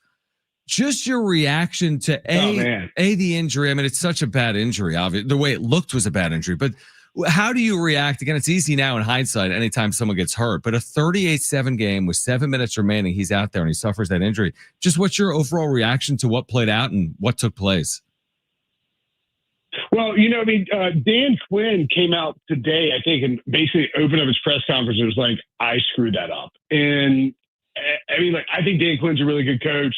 You know, he comes to the Pete Carroll School of compete, like compete mantra. I think Jaden Daniels probably, wouldn't have wanted to be pulled from that game, but like, you got to realize what's going on. And, you're in a blowout situation. Everyone is getting hurt. You're losing offensive linemen. You lose Marshawn Lattimore.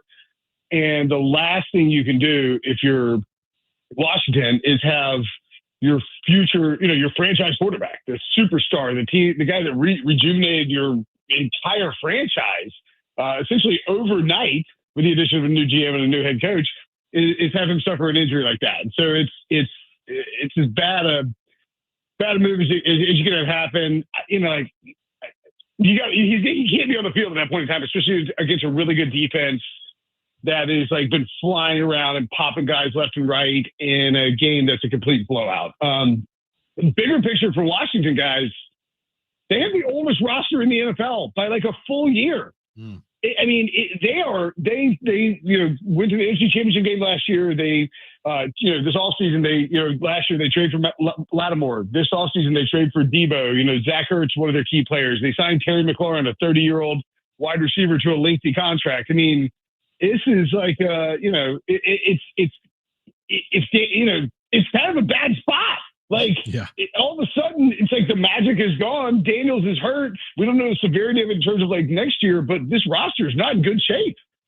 No, they are not, and it can happen very quickly. On the flip side, the Seahawks, they looked dominant last night again. Could you make the case the Seahawks are the best team in the NFC? No, but that's because the Los Angeles Rams exist. Oh, okay. I'm kidding. I've been like yelling at Pete Prisco all day because he did some like thing on CBS Sports HQ where he's like, Matthew Stafford's MVP. I'm like, dude, I told you that 2 weeks ago. Yeah. You're stealing my takes, you clown. Don't steal stuff.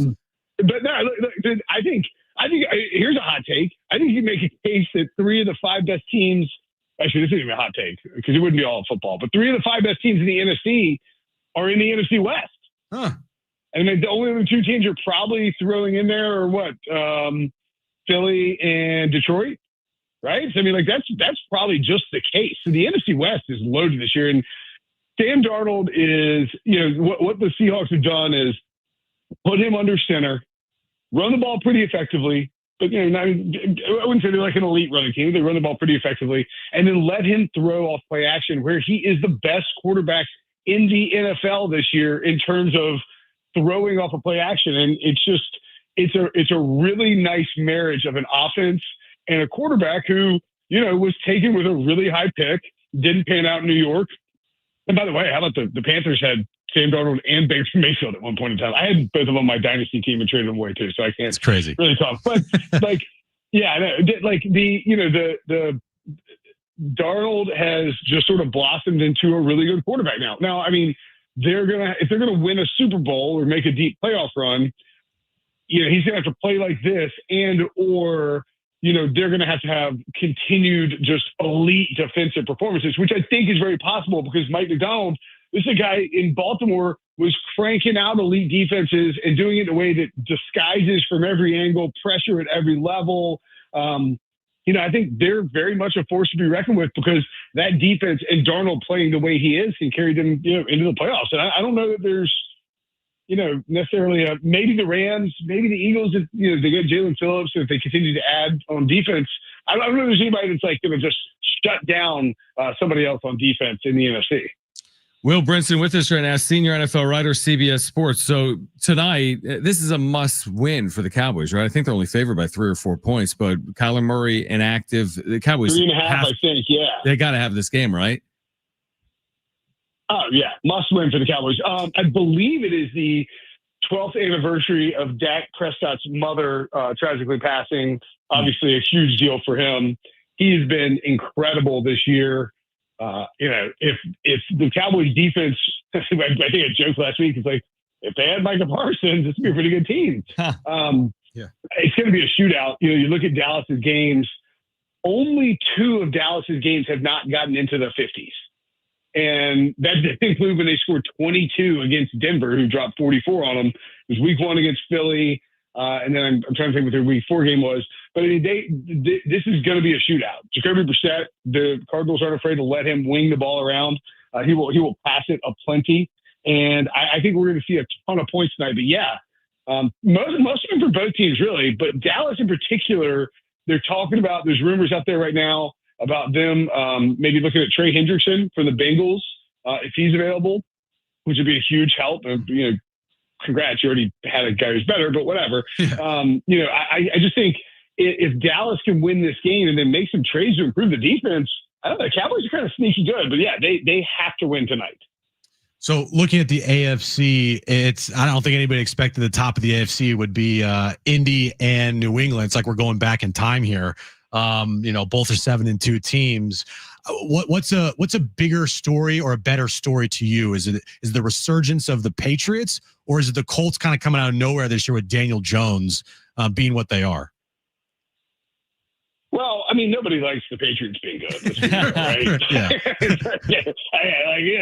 If you're born after like 1990, you're like, you know what? I think the Colts are fine. The Patriots are fine. They've had a plenty good run. So like, let's not worry about them too much. I think the Colts are the bigger story, just because Daniel Jones wasn't even brought in to be the starter per se, right? I mean, this is a guy that was brought in to be backup and beats out Anthony Richardson, Jonathan Taylor. The MVP talk was egregious. I've been saying that for weeks, but he is probably going to be the offensive player of the year.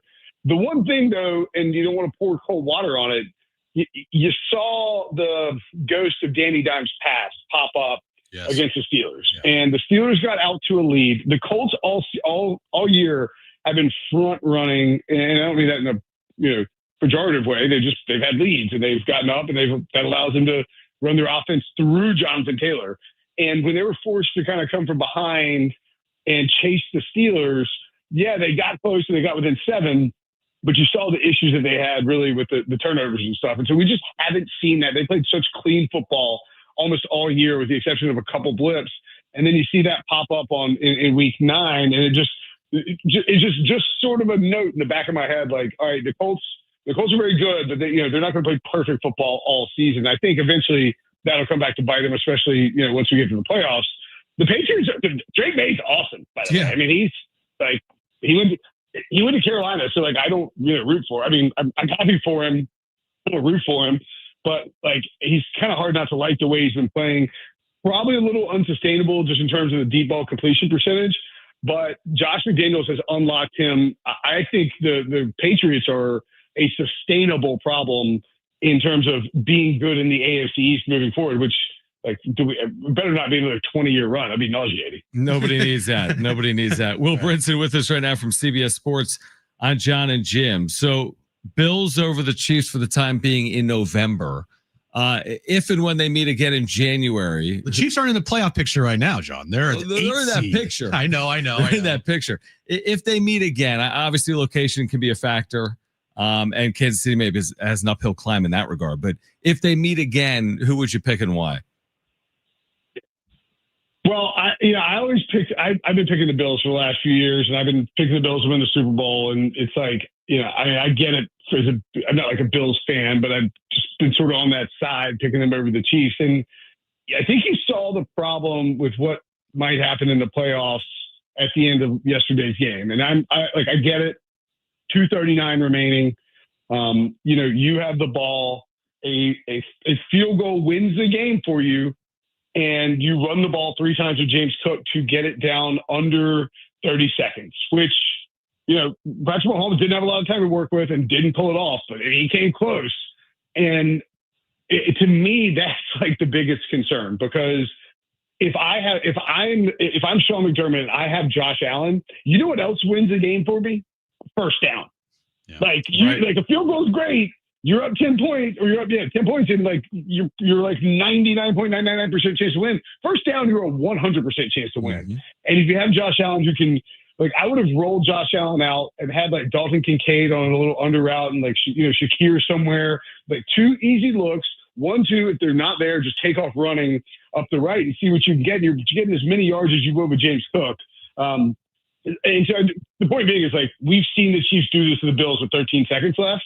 So up until Sean McDermott is willing to be a little more aggressive at the end of these games to close out, and just like, you can't just like throw the Chiefs in a coffin.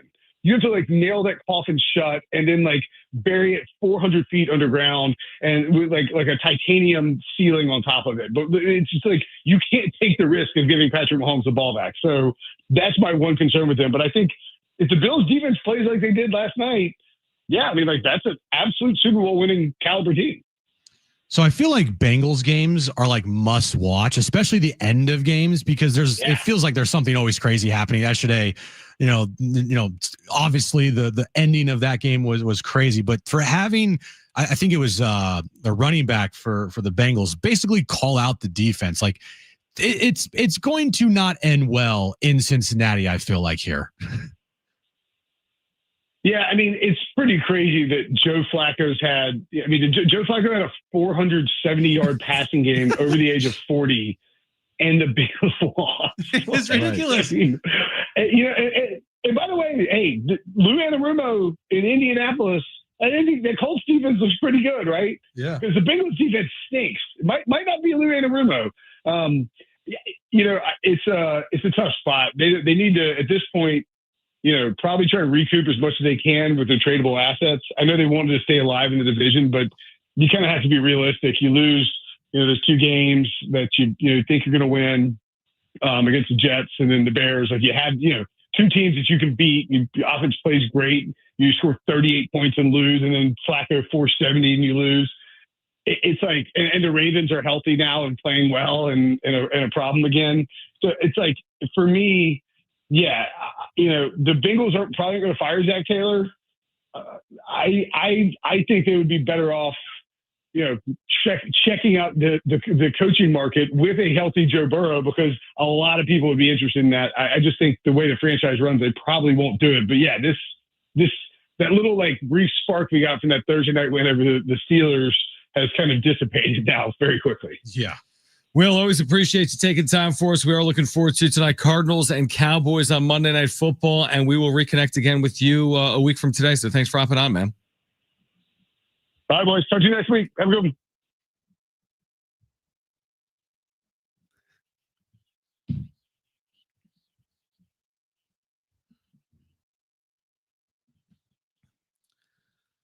We'll get to the wrap on the other side, and then Chris Hodge from Taking Vegas will join us coming up at 4:30. He's been terrific for our listeners. Then we have Monday Night Football pregame coverage, Cowboys and Cardinals at 4:45. Stay with us on Jon and Jim.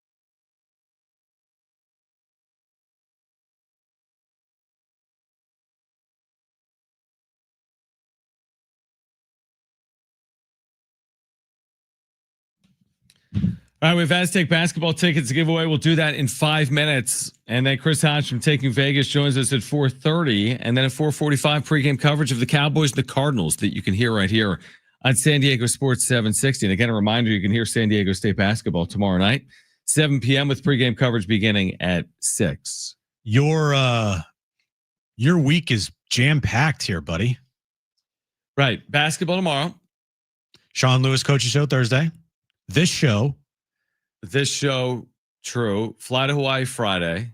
Call Aztecs Rainbow Warriors. Then come back next morning afternoon. Call Aztecs basketball. Sunday at 2. Yeah. Yeah, it's a busy week, dude. It's a busy week. Oh boy. But I got you. You got me? Yeah. I'll get through it because of you. My week is very busy as well. No, you're just sitting here. Short show today, short show Thursday, Solo show Friday. Solo show Friday. What I'm banking on, and I probably shouldn't bank on this, Padres manager news? that there will be Padres manager news this week. Yeah, there will. There will, right? That only happens when you go places, not when John goes places. Right. Friday at 6. Special announcement. Friday at 6. Can't do that, bro. Special announcement. Friday at 2 would be awesome. We have a whole video like Dia de los Muertos. Friday at 6. I like how the Padres social media feed is that plus Birthdays. all birthdays of players. I mean, the Dia de los Muertos thing, we're going to get to the wrap here. We don't have to. I like the concept. I mean, I don't know what it's going to look like. They're teasing their City Connects for 2026. If the concept centers around the influence, the colors, the Dia de los Muertos day in general, I think that's unique. well, the hat that Was on display. Dominic Mysterio put on display, that's a pretty cool hat. Yes. I like the colors. Now, is the jerseys going to be the like grayish color, or is it going to what's it going to look like? Stay tuned. Oh, stay tuned. That's basically what they're saying. Coming in April of 2026. They're more worried about City Connect jerseys than hiring a manager. Come on, No, guys. I don't think so. Maybe. I don't think so. Maybe. I mean, that's honestly like one of the. They don't need a manager. Screw it. Is that like the big? Hey, it's the off season. We'll have new City Connects. Okay. Probably a scheduled tweet by the admin right as the World Series ends. Hey, we're going to put this Hey, out. after the World Series put this up, and they truly did. It was the next day, right? It was Sunday. World Series ended Saturday. Yep, probably already scheduled because World Series was going to be over Saturday night regardless. So it's like, At hey, the latest. yeah, at the latest. Like, so hey, Sunday, let's put this tweet out there. We've already filmed it. Do it. It got a good amount of reaction. People are into the Padres City Connects. Of course they are. People are into uniform. I mean, I'm into uniforms. Just as I long love as they're uniforms. not bright neon colors like the old City Connects, then we're good. Right. And I guess it won't be that bright. You can't go brighter. No, that's as bright as it gets. Although Dia de los Muertos is a holiday filled with like color, right? I'm cool with color, Yeah. but it's got to be the right colors. Yeah, I agree with that. Can't be hey, we're marketing to, like you gotta make it universal for everybody here, guys. Yeah, no, I agree with that. But I'm with you. Like when I saw that, honestly, I didn't have really any time for it. I watched the video and it was like 12 hours removed from the World Series and the way it ended. It's how I feel in general. Someone asked me today at a San Diego State press conference, like, hey, what do you think they're going to do at manager? I'm like, I'm going to be honest with you. The way this year ended and the way the Dodgers won the World Series in that fashion, I said, Doesn't matter. like, I'm kind of like, I don't disenfranchised based on what's playing out right now in the NL West, I guess. Yeah, if they made the move to hire Albert Pujols, that's a pretty sizable move to make. It is. They hire Ryan Flaherty or Ruben Niebla and promote him. Like, how are you going to sell me on like, this is it. We're now ready. We're taking the next step. I don't think they'll sell me on that if they hire Albert Pujols, truthfully. But will I have a level of excitement? Yeah, I will. If it's Pujols, I'll have a level of excitement. I will too. I have no idea how Albert Pujols would be as a manager. Zero. No idea. But I also have no idea how Ryan Flaherty or Brian Esposito or Nick Hundley or Ruben Niebla would be as manager either. Would you be excited? I don't know if it's the right word. Would you be optimistic if it was Niebla based on his successes? I mean, I would be okay with it. I'm not saying I would sit here and be like, I can't believe they didn't hire Albert Pujols. Mm-hmm. But it also does kind of feel like a safe hire. Like it just feels like, hey, we're hiring you because we don't want to lose you as our pitching guy. Good point. That's We already know who you are. You know, if they hired Albert Pujols, they're taking a risk. But if they hired Ruben Niebla, I don't know. It just feels like it feels safe. Nick Hundley, feels a little outside the box. And Ryan Flaherty would feel like the safest. Are you serious? Like, just okay, whatever. Not least exciting hire you could possibly have is Ryan Flaherty, in my opinion. Well, then wait for the tweet. Absolutely. I know. Coming at 6 p.m. on Friday. All right, call right now if you want 2 free tickets to see the Aztecs tomorrow night. You want to give 1 pair away here or 2, Brent? Up to you. You know what? In honor of you two idiots, we'll take callers 6 and 7. Oh, 6, 7. Callers 6 and 7. 6, 7. You've got 2 free tickets to see the Aztecs tomorrow night, the season opener against Long Beach State. Call 877-767-4760. Caller 6 and 7. 6, 7. You're going. 2 free tickets to see the Aztecs. Chris Hodge taking Vegas will get us ready for Monday Night Football on the other side. Then we've got pregame coverage for you. Cowboys and Cardinals coming up at 4:45 right here on Jon and Jim. San Diego Sports 760 live on the iHeartRadio app.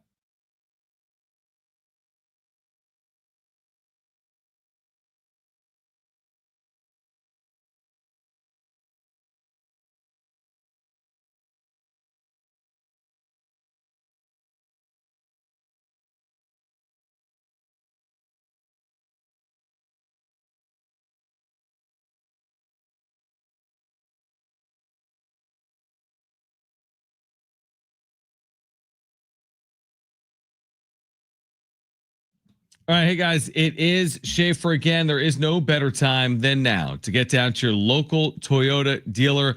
New vehicles are arriving daily, including their most popular cars, trucks, and SUVs. So whatever kind of vehicle you're looking for, hurry into your Toyota dealer now.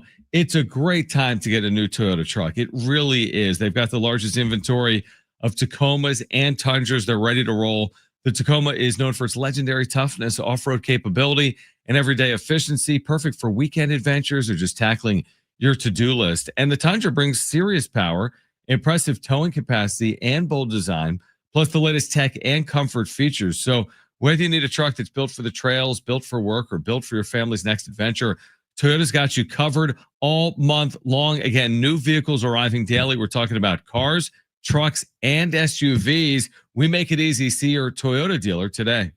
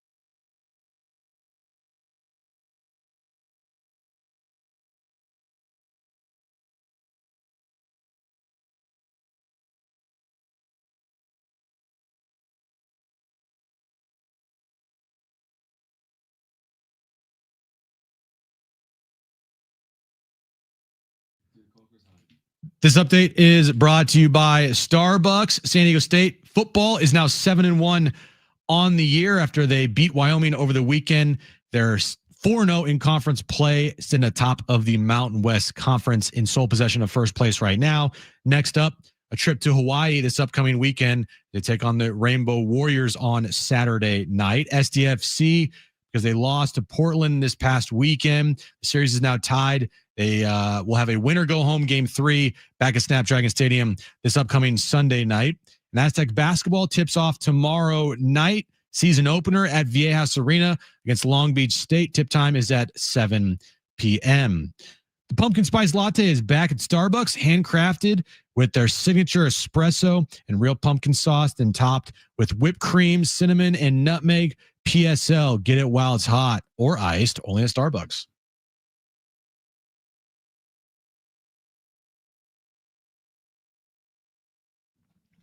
All right, Jon and Jim, we've got pregame coverage of Cowboys Cardinals coming up right here on 760 in about 13 minutes, which means it's a great time to connect with Chris Hodge, takingvegas.com. He has been just terrific once again this year for our listeners. 15-7 with his free plays this year on the show and with the picks on the show and with the free picks as well. We'll get into Monday Night Football, but we cannot start without starting with the World Series. Now, go easy on us, Chris. Because you're a Yankees fan, that means you probably hate the Blue Jays because they're in the AL East. Were you rooting for the Dodgers this weekend? I mean, it really has nothing to do with the AL East. I mean, Toronto's from Canada. I was rooting for the United States team, so I was rooting for the Dodgers. I know that sounds a little rough, but the heck with them. But listen, for Toronto to not win that World Series, like if that's the Padres, just think of. Oh my gosh! I mean, there's not enough alcohol in the world. No, I mean, it's they had no business losing that World Series, but even adversaries have to say credit to Dodgers. When they had to make plays, they made plays, and that's it. Yeah, if it's one of those games we talked about, if you're a Blue Jays fan, you're never getting over that. Like ever. What's the one sports moment in your life that you'll just like, I'm never getting over that? Do you have one? Do I have a sports moment? I have a series moment. Yankees losing to the Red Sox when they blew the 3-0 lead. Of course. Of course. 100%. Yeah. That was 4 days of just destruction. That just didn't happen like overnight. You're watching it happen to your hated rival. Slow death. But I agree with you. I thought the Blue Jays were the better baseball team. Dodgers obviously are great, but that was the series that Toronto really had to screw up to lose. And, the guy not, IKF not getting enough, a big enough lead off third base, not scoring on that play, the ball to left center, that could have ended it. You're coming off second base in game 6. I mean, so much went wrong for them. But again, credit to Dodgers, man. They made plays. So it is what it is. All right, let's get into Monday Night Football. Chris Hodge is with us. And again, if you've been listening to the show over the years, you know how good he has been for our listeners. This year, 15-7 on the show and with the free text pick. So how can our listeners get tonight absolutely free? Arizona and Dallas coming up in about 40 minutes. Yeah, same as always. Just text the word win to the number 545454. You get this pick tonight. Interesting game. Arizona comes in with a terrible record, but if you look at this is almost being like a fan of the Blue Jays. They've lost 5 games by a combined, I think, 12 or 13 points. They're the first team in NFL history to lose 3 straight games on game-winning field goals. Like, this team has been in every single game that they've played this year. And they haven't played a soft schedule. They played Green Bay. They played the Colts, who are very good. Okay, the Titans are terrible, but Seattle and San Francisco are very good. This team's played a pretty decent schedule. And they've been in the games, but they just haven't found a way to win. And they've lost in some heartbreaking fashion. Oh, you want to talk a moment?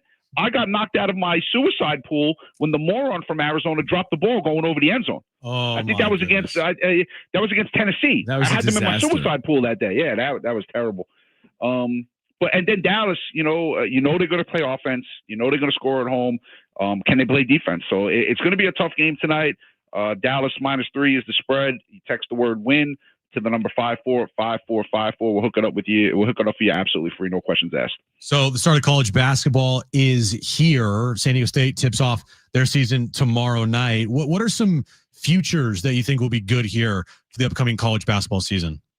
Yeah, I'm going to give 3, and obviously, 2 of these are going to lose because I'm giving 3. But national championship, I think there's some really, really interesting odds. So I'll start with, the returning champs. Florida comes into this. They're 16-1. They added the kid Boogie Flan from Arkansas, who is a really, really good player. They lost some people last year from the national title team, but Florida is really, really good. They're really deep, and they're going to be a problem all year long. A little bit of a longer shot there is St. John's, believe it or not. This guy Patino, I don't know how much money they gave these kids, because every single player on this team basically is from the transfer portal. They got 7 guys that came in from the transfer portal, but they have depth. They have guys that could shoot. They got a good inside-outside game, and Patino teams are going to play defense. So you get St. John's at 20-1. That's not bad. And there's a team that's lurking that no one talks about anymore, which I cannot believe, and it's the Kansas Jayhawks. Kansas is going to be really, really good this year. Now, they went into last season with expectations, and obviously didn't meet them, but they are really good this year. They're really deep. They got height. They got shooting, and they're 25-1. So obviously, we're just picking a national title winner, so they all can't win. But I think, Florida, St. John's, and Kansas, I think one of those teams could win the national title, and you get Florida 16-1, St. John's 20-1, Kansas 25-1. That's what you're looking for when you do something like that. You get some value. But it's going to be a great season, and it's already off to a pretty good start right now. So I'm looking forward to the season. Yeah, I am watching Arizona and Florida on YouTube TV. I'm not watching the Cowboys and the Cardinals on YouTube TV because it's impossible because of this standoff. But I am watching Florida and Arizona from Vegas. It's a very good game early on in that one with college basketball underway. Correct me if I'm wrong. Chris Hodge taking Vegas with us. By the way, if you want the Cardinals and the Cowboys, just text the word WIN, W-I-N, to 545454. You get it absolutely free. WIN, text WIN to 545454. Chris, correct me if I'm wrong. Didn't you clean up last year with college basketball? College basketball was really good for us last year. We hit 65% of our top plays. Believe it or not, and people, they're very surprised when I tell them this. College basketball for us is the easiest sport to win. It's the sport we're best at. What I'm watching going on right now with college football, and like the referees are really impacting football games more than I can ever remember them. And I'm not throwing any accusations out there. I just think they're bad at their jobs. Like I said this on a radio show a couple of weeks ago. When you watch a game in college football at 12 o'clock on a Saturday, and then you watch a game at 3:30 on a Saturday, it's like 2 different games. It's like they're different rules. Like what you watched get called in the 12 o'clock game doesn't get called at 3:30 and vice versa. The refereeing's been so bad, and it's made handicapping football like really tricky because, you get a play here, and there was a play in the UCLA game. They called a 15-yard penalty. The guy didn't even get touched. So I think that game was against Maryland. College basketball, referees aren't great in that sport either, yes, but one play doesn't affect a basketball game. One play can completely screw up a football game. One play does not kill a basketball game. Generally, if you're the better team, even if the refs try to screw everything up, you're going to win that game. So we've always had our most success these 5 months, November through March Madness. We had a great season last year. We hope to duplicate it again this year. And again, some of these futures for our listeners: Florida, St. John's, or Kansas. Florida 16-1 to win a national championship. St. John's, the Johnnies, 20-1. Kansas 25-1. And of course, Chris will be with us later in the week on Thursday as well, previewing the NFL and college football weekend. But if you want tonight, Cardinals, Cowboys, text the word WIN, W-I-N, to 545454. That's WIN, W-I-N, to 545454. Chris, always appreciate it for our listeners. Let's do it again in a couple of days, all right? Before I go, real quick question, right? Yeah. What would you rather be, a fan of the Padres right now or a fan of the Blue Jays? I got to go Padres, honestly. Right. To your point, I can't get over. You'd rather be a fan of the Mets right now, too. Like, that was the worst World Series loss you could have. Yeah. You can't get over it. That far, and just, like, you'd rather not even just deal with it, right? Yeah, like the only way that if you're a Blue Jays fan, you're ever going to get over that, maybe, is the next time the Blue Jays win a World Series, if they do. Like, you're not getting over that until you finally win a World Series. And even if you do win a World Series, that's still going to be in the back of your mind. It's kind of like, honestly, guys, I think it's not Bill Buckner, because that's not what happened. No, but allowing a game-tying home run to Miguel Rojas Dude. Right. has Bill Buckner qualities attached to it. Yeah, I'd rather give up a game time home run to Ohtani, to be honest with you. At least it's understandable. Yep. Miguel Rojas, brutal. It was really, and he makes the play at second base on the scoop. Yeah. In Game 6, he makes the play at second base, Yes. throwing a guy out at the plate. Like, here's a guy that hadn't had a hit in a month. I know. He literally hadn't had a hit in a month. Insane. And that's the And guy that you get beat. pitcher. So this is the thing. Like, being a fan of a sports team is almost like being married. Like, it's just this one straight, like, you just know something's going to go wrong and you just got to deal with it. That's what it's like to me. Me and my wife are watching this game and she's like, I'm so happy this isn't the Mets. Dude, right? And I was like, yeah, Dude. really? Yeah. It can always be worse. Like, do you want to? It always could be worse. That's yeah. the thing with sports. It can always be worse. Yeah. Chris, appreciate you again. For our listeners, Right. if you want tonight, Monday Night Football, text the word WIN, WIN. He's got it for you free.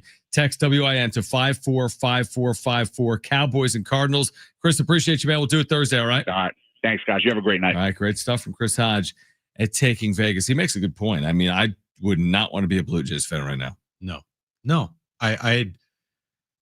It's like, you can't compare Game 3 against the Cubs to what played out there at Rogers Center the last. and I don't want to hear like, oh, well, at least they made the World Series. Like, Nah, nobody cares. I honestly, the Niners losing the Super Bowl in overtime to the Chiefs, looking back on it, it's like, I'd rather just have never experienced that. I'd rather them just not made the Super Bowl because, I mean, making the Super Bowl, yeah, they lost, obviously. They lost one of their best players in that game for the following season. That's right. It's heartbreak.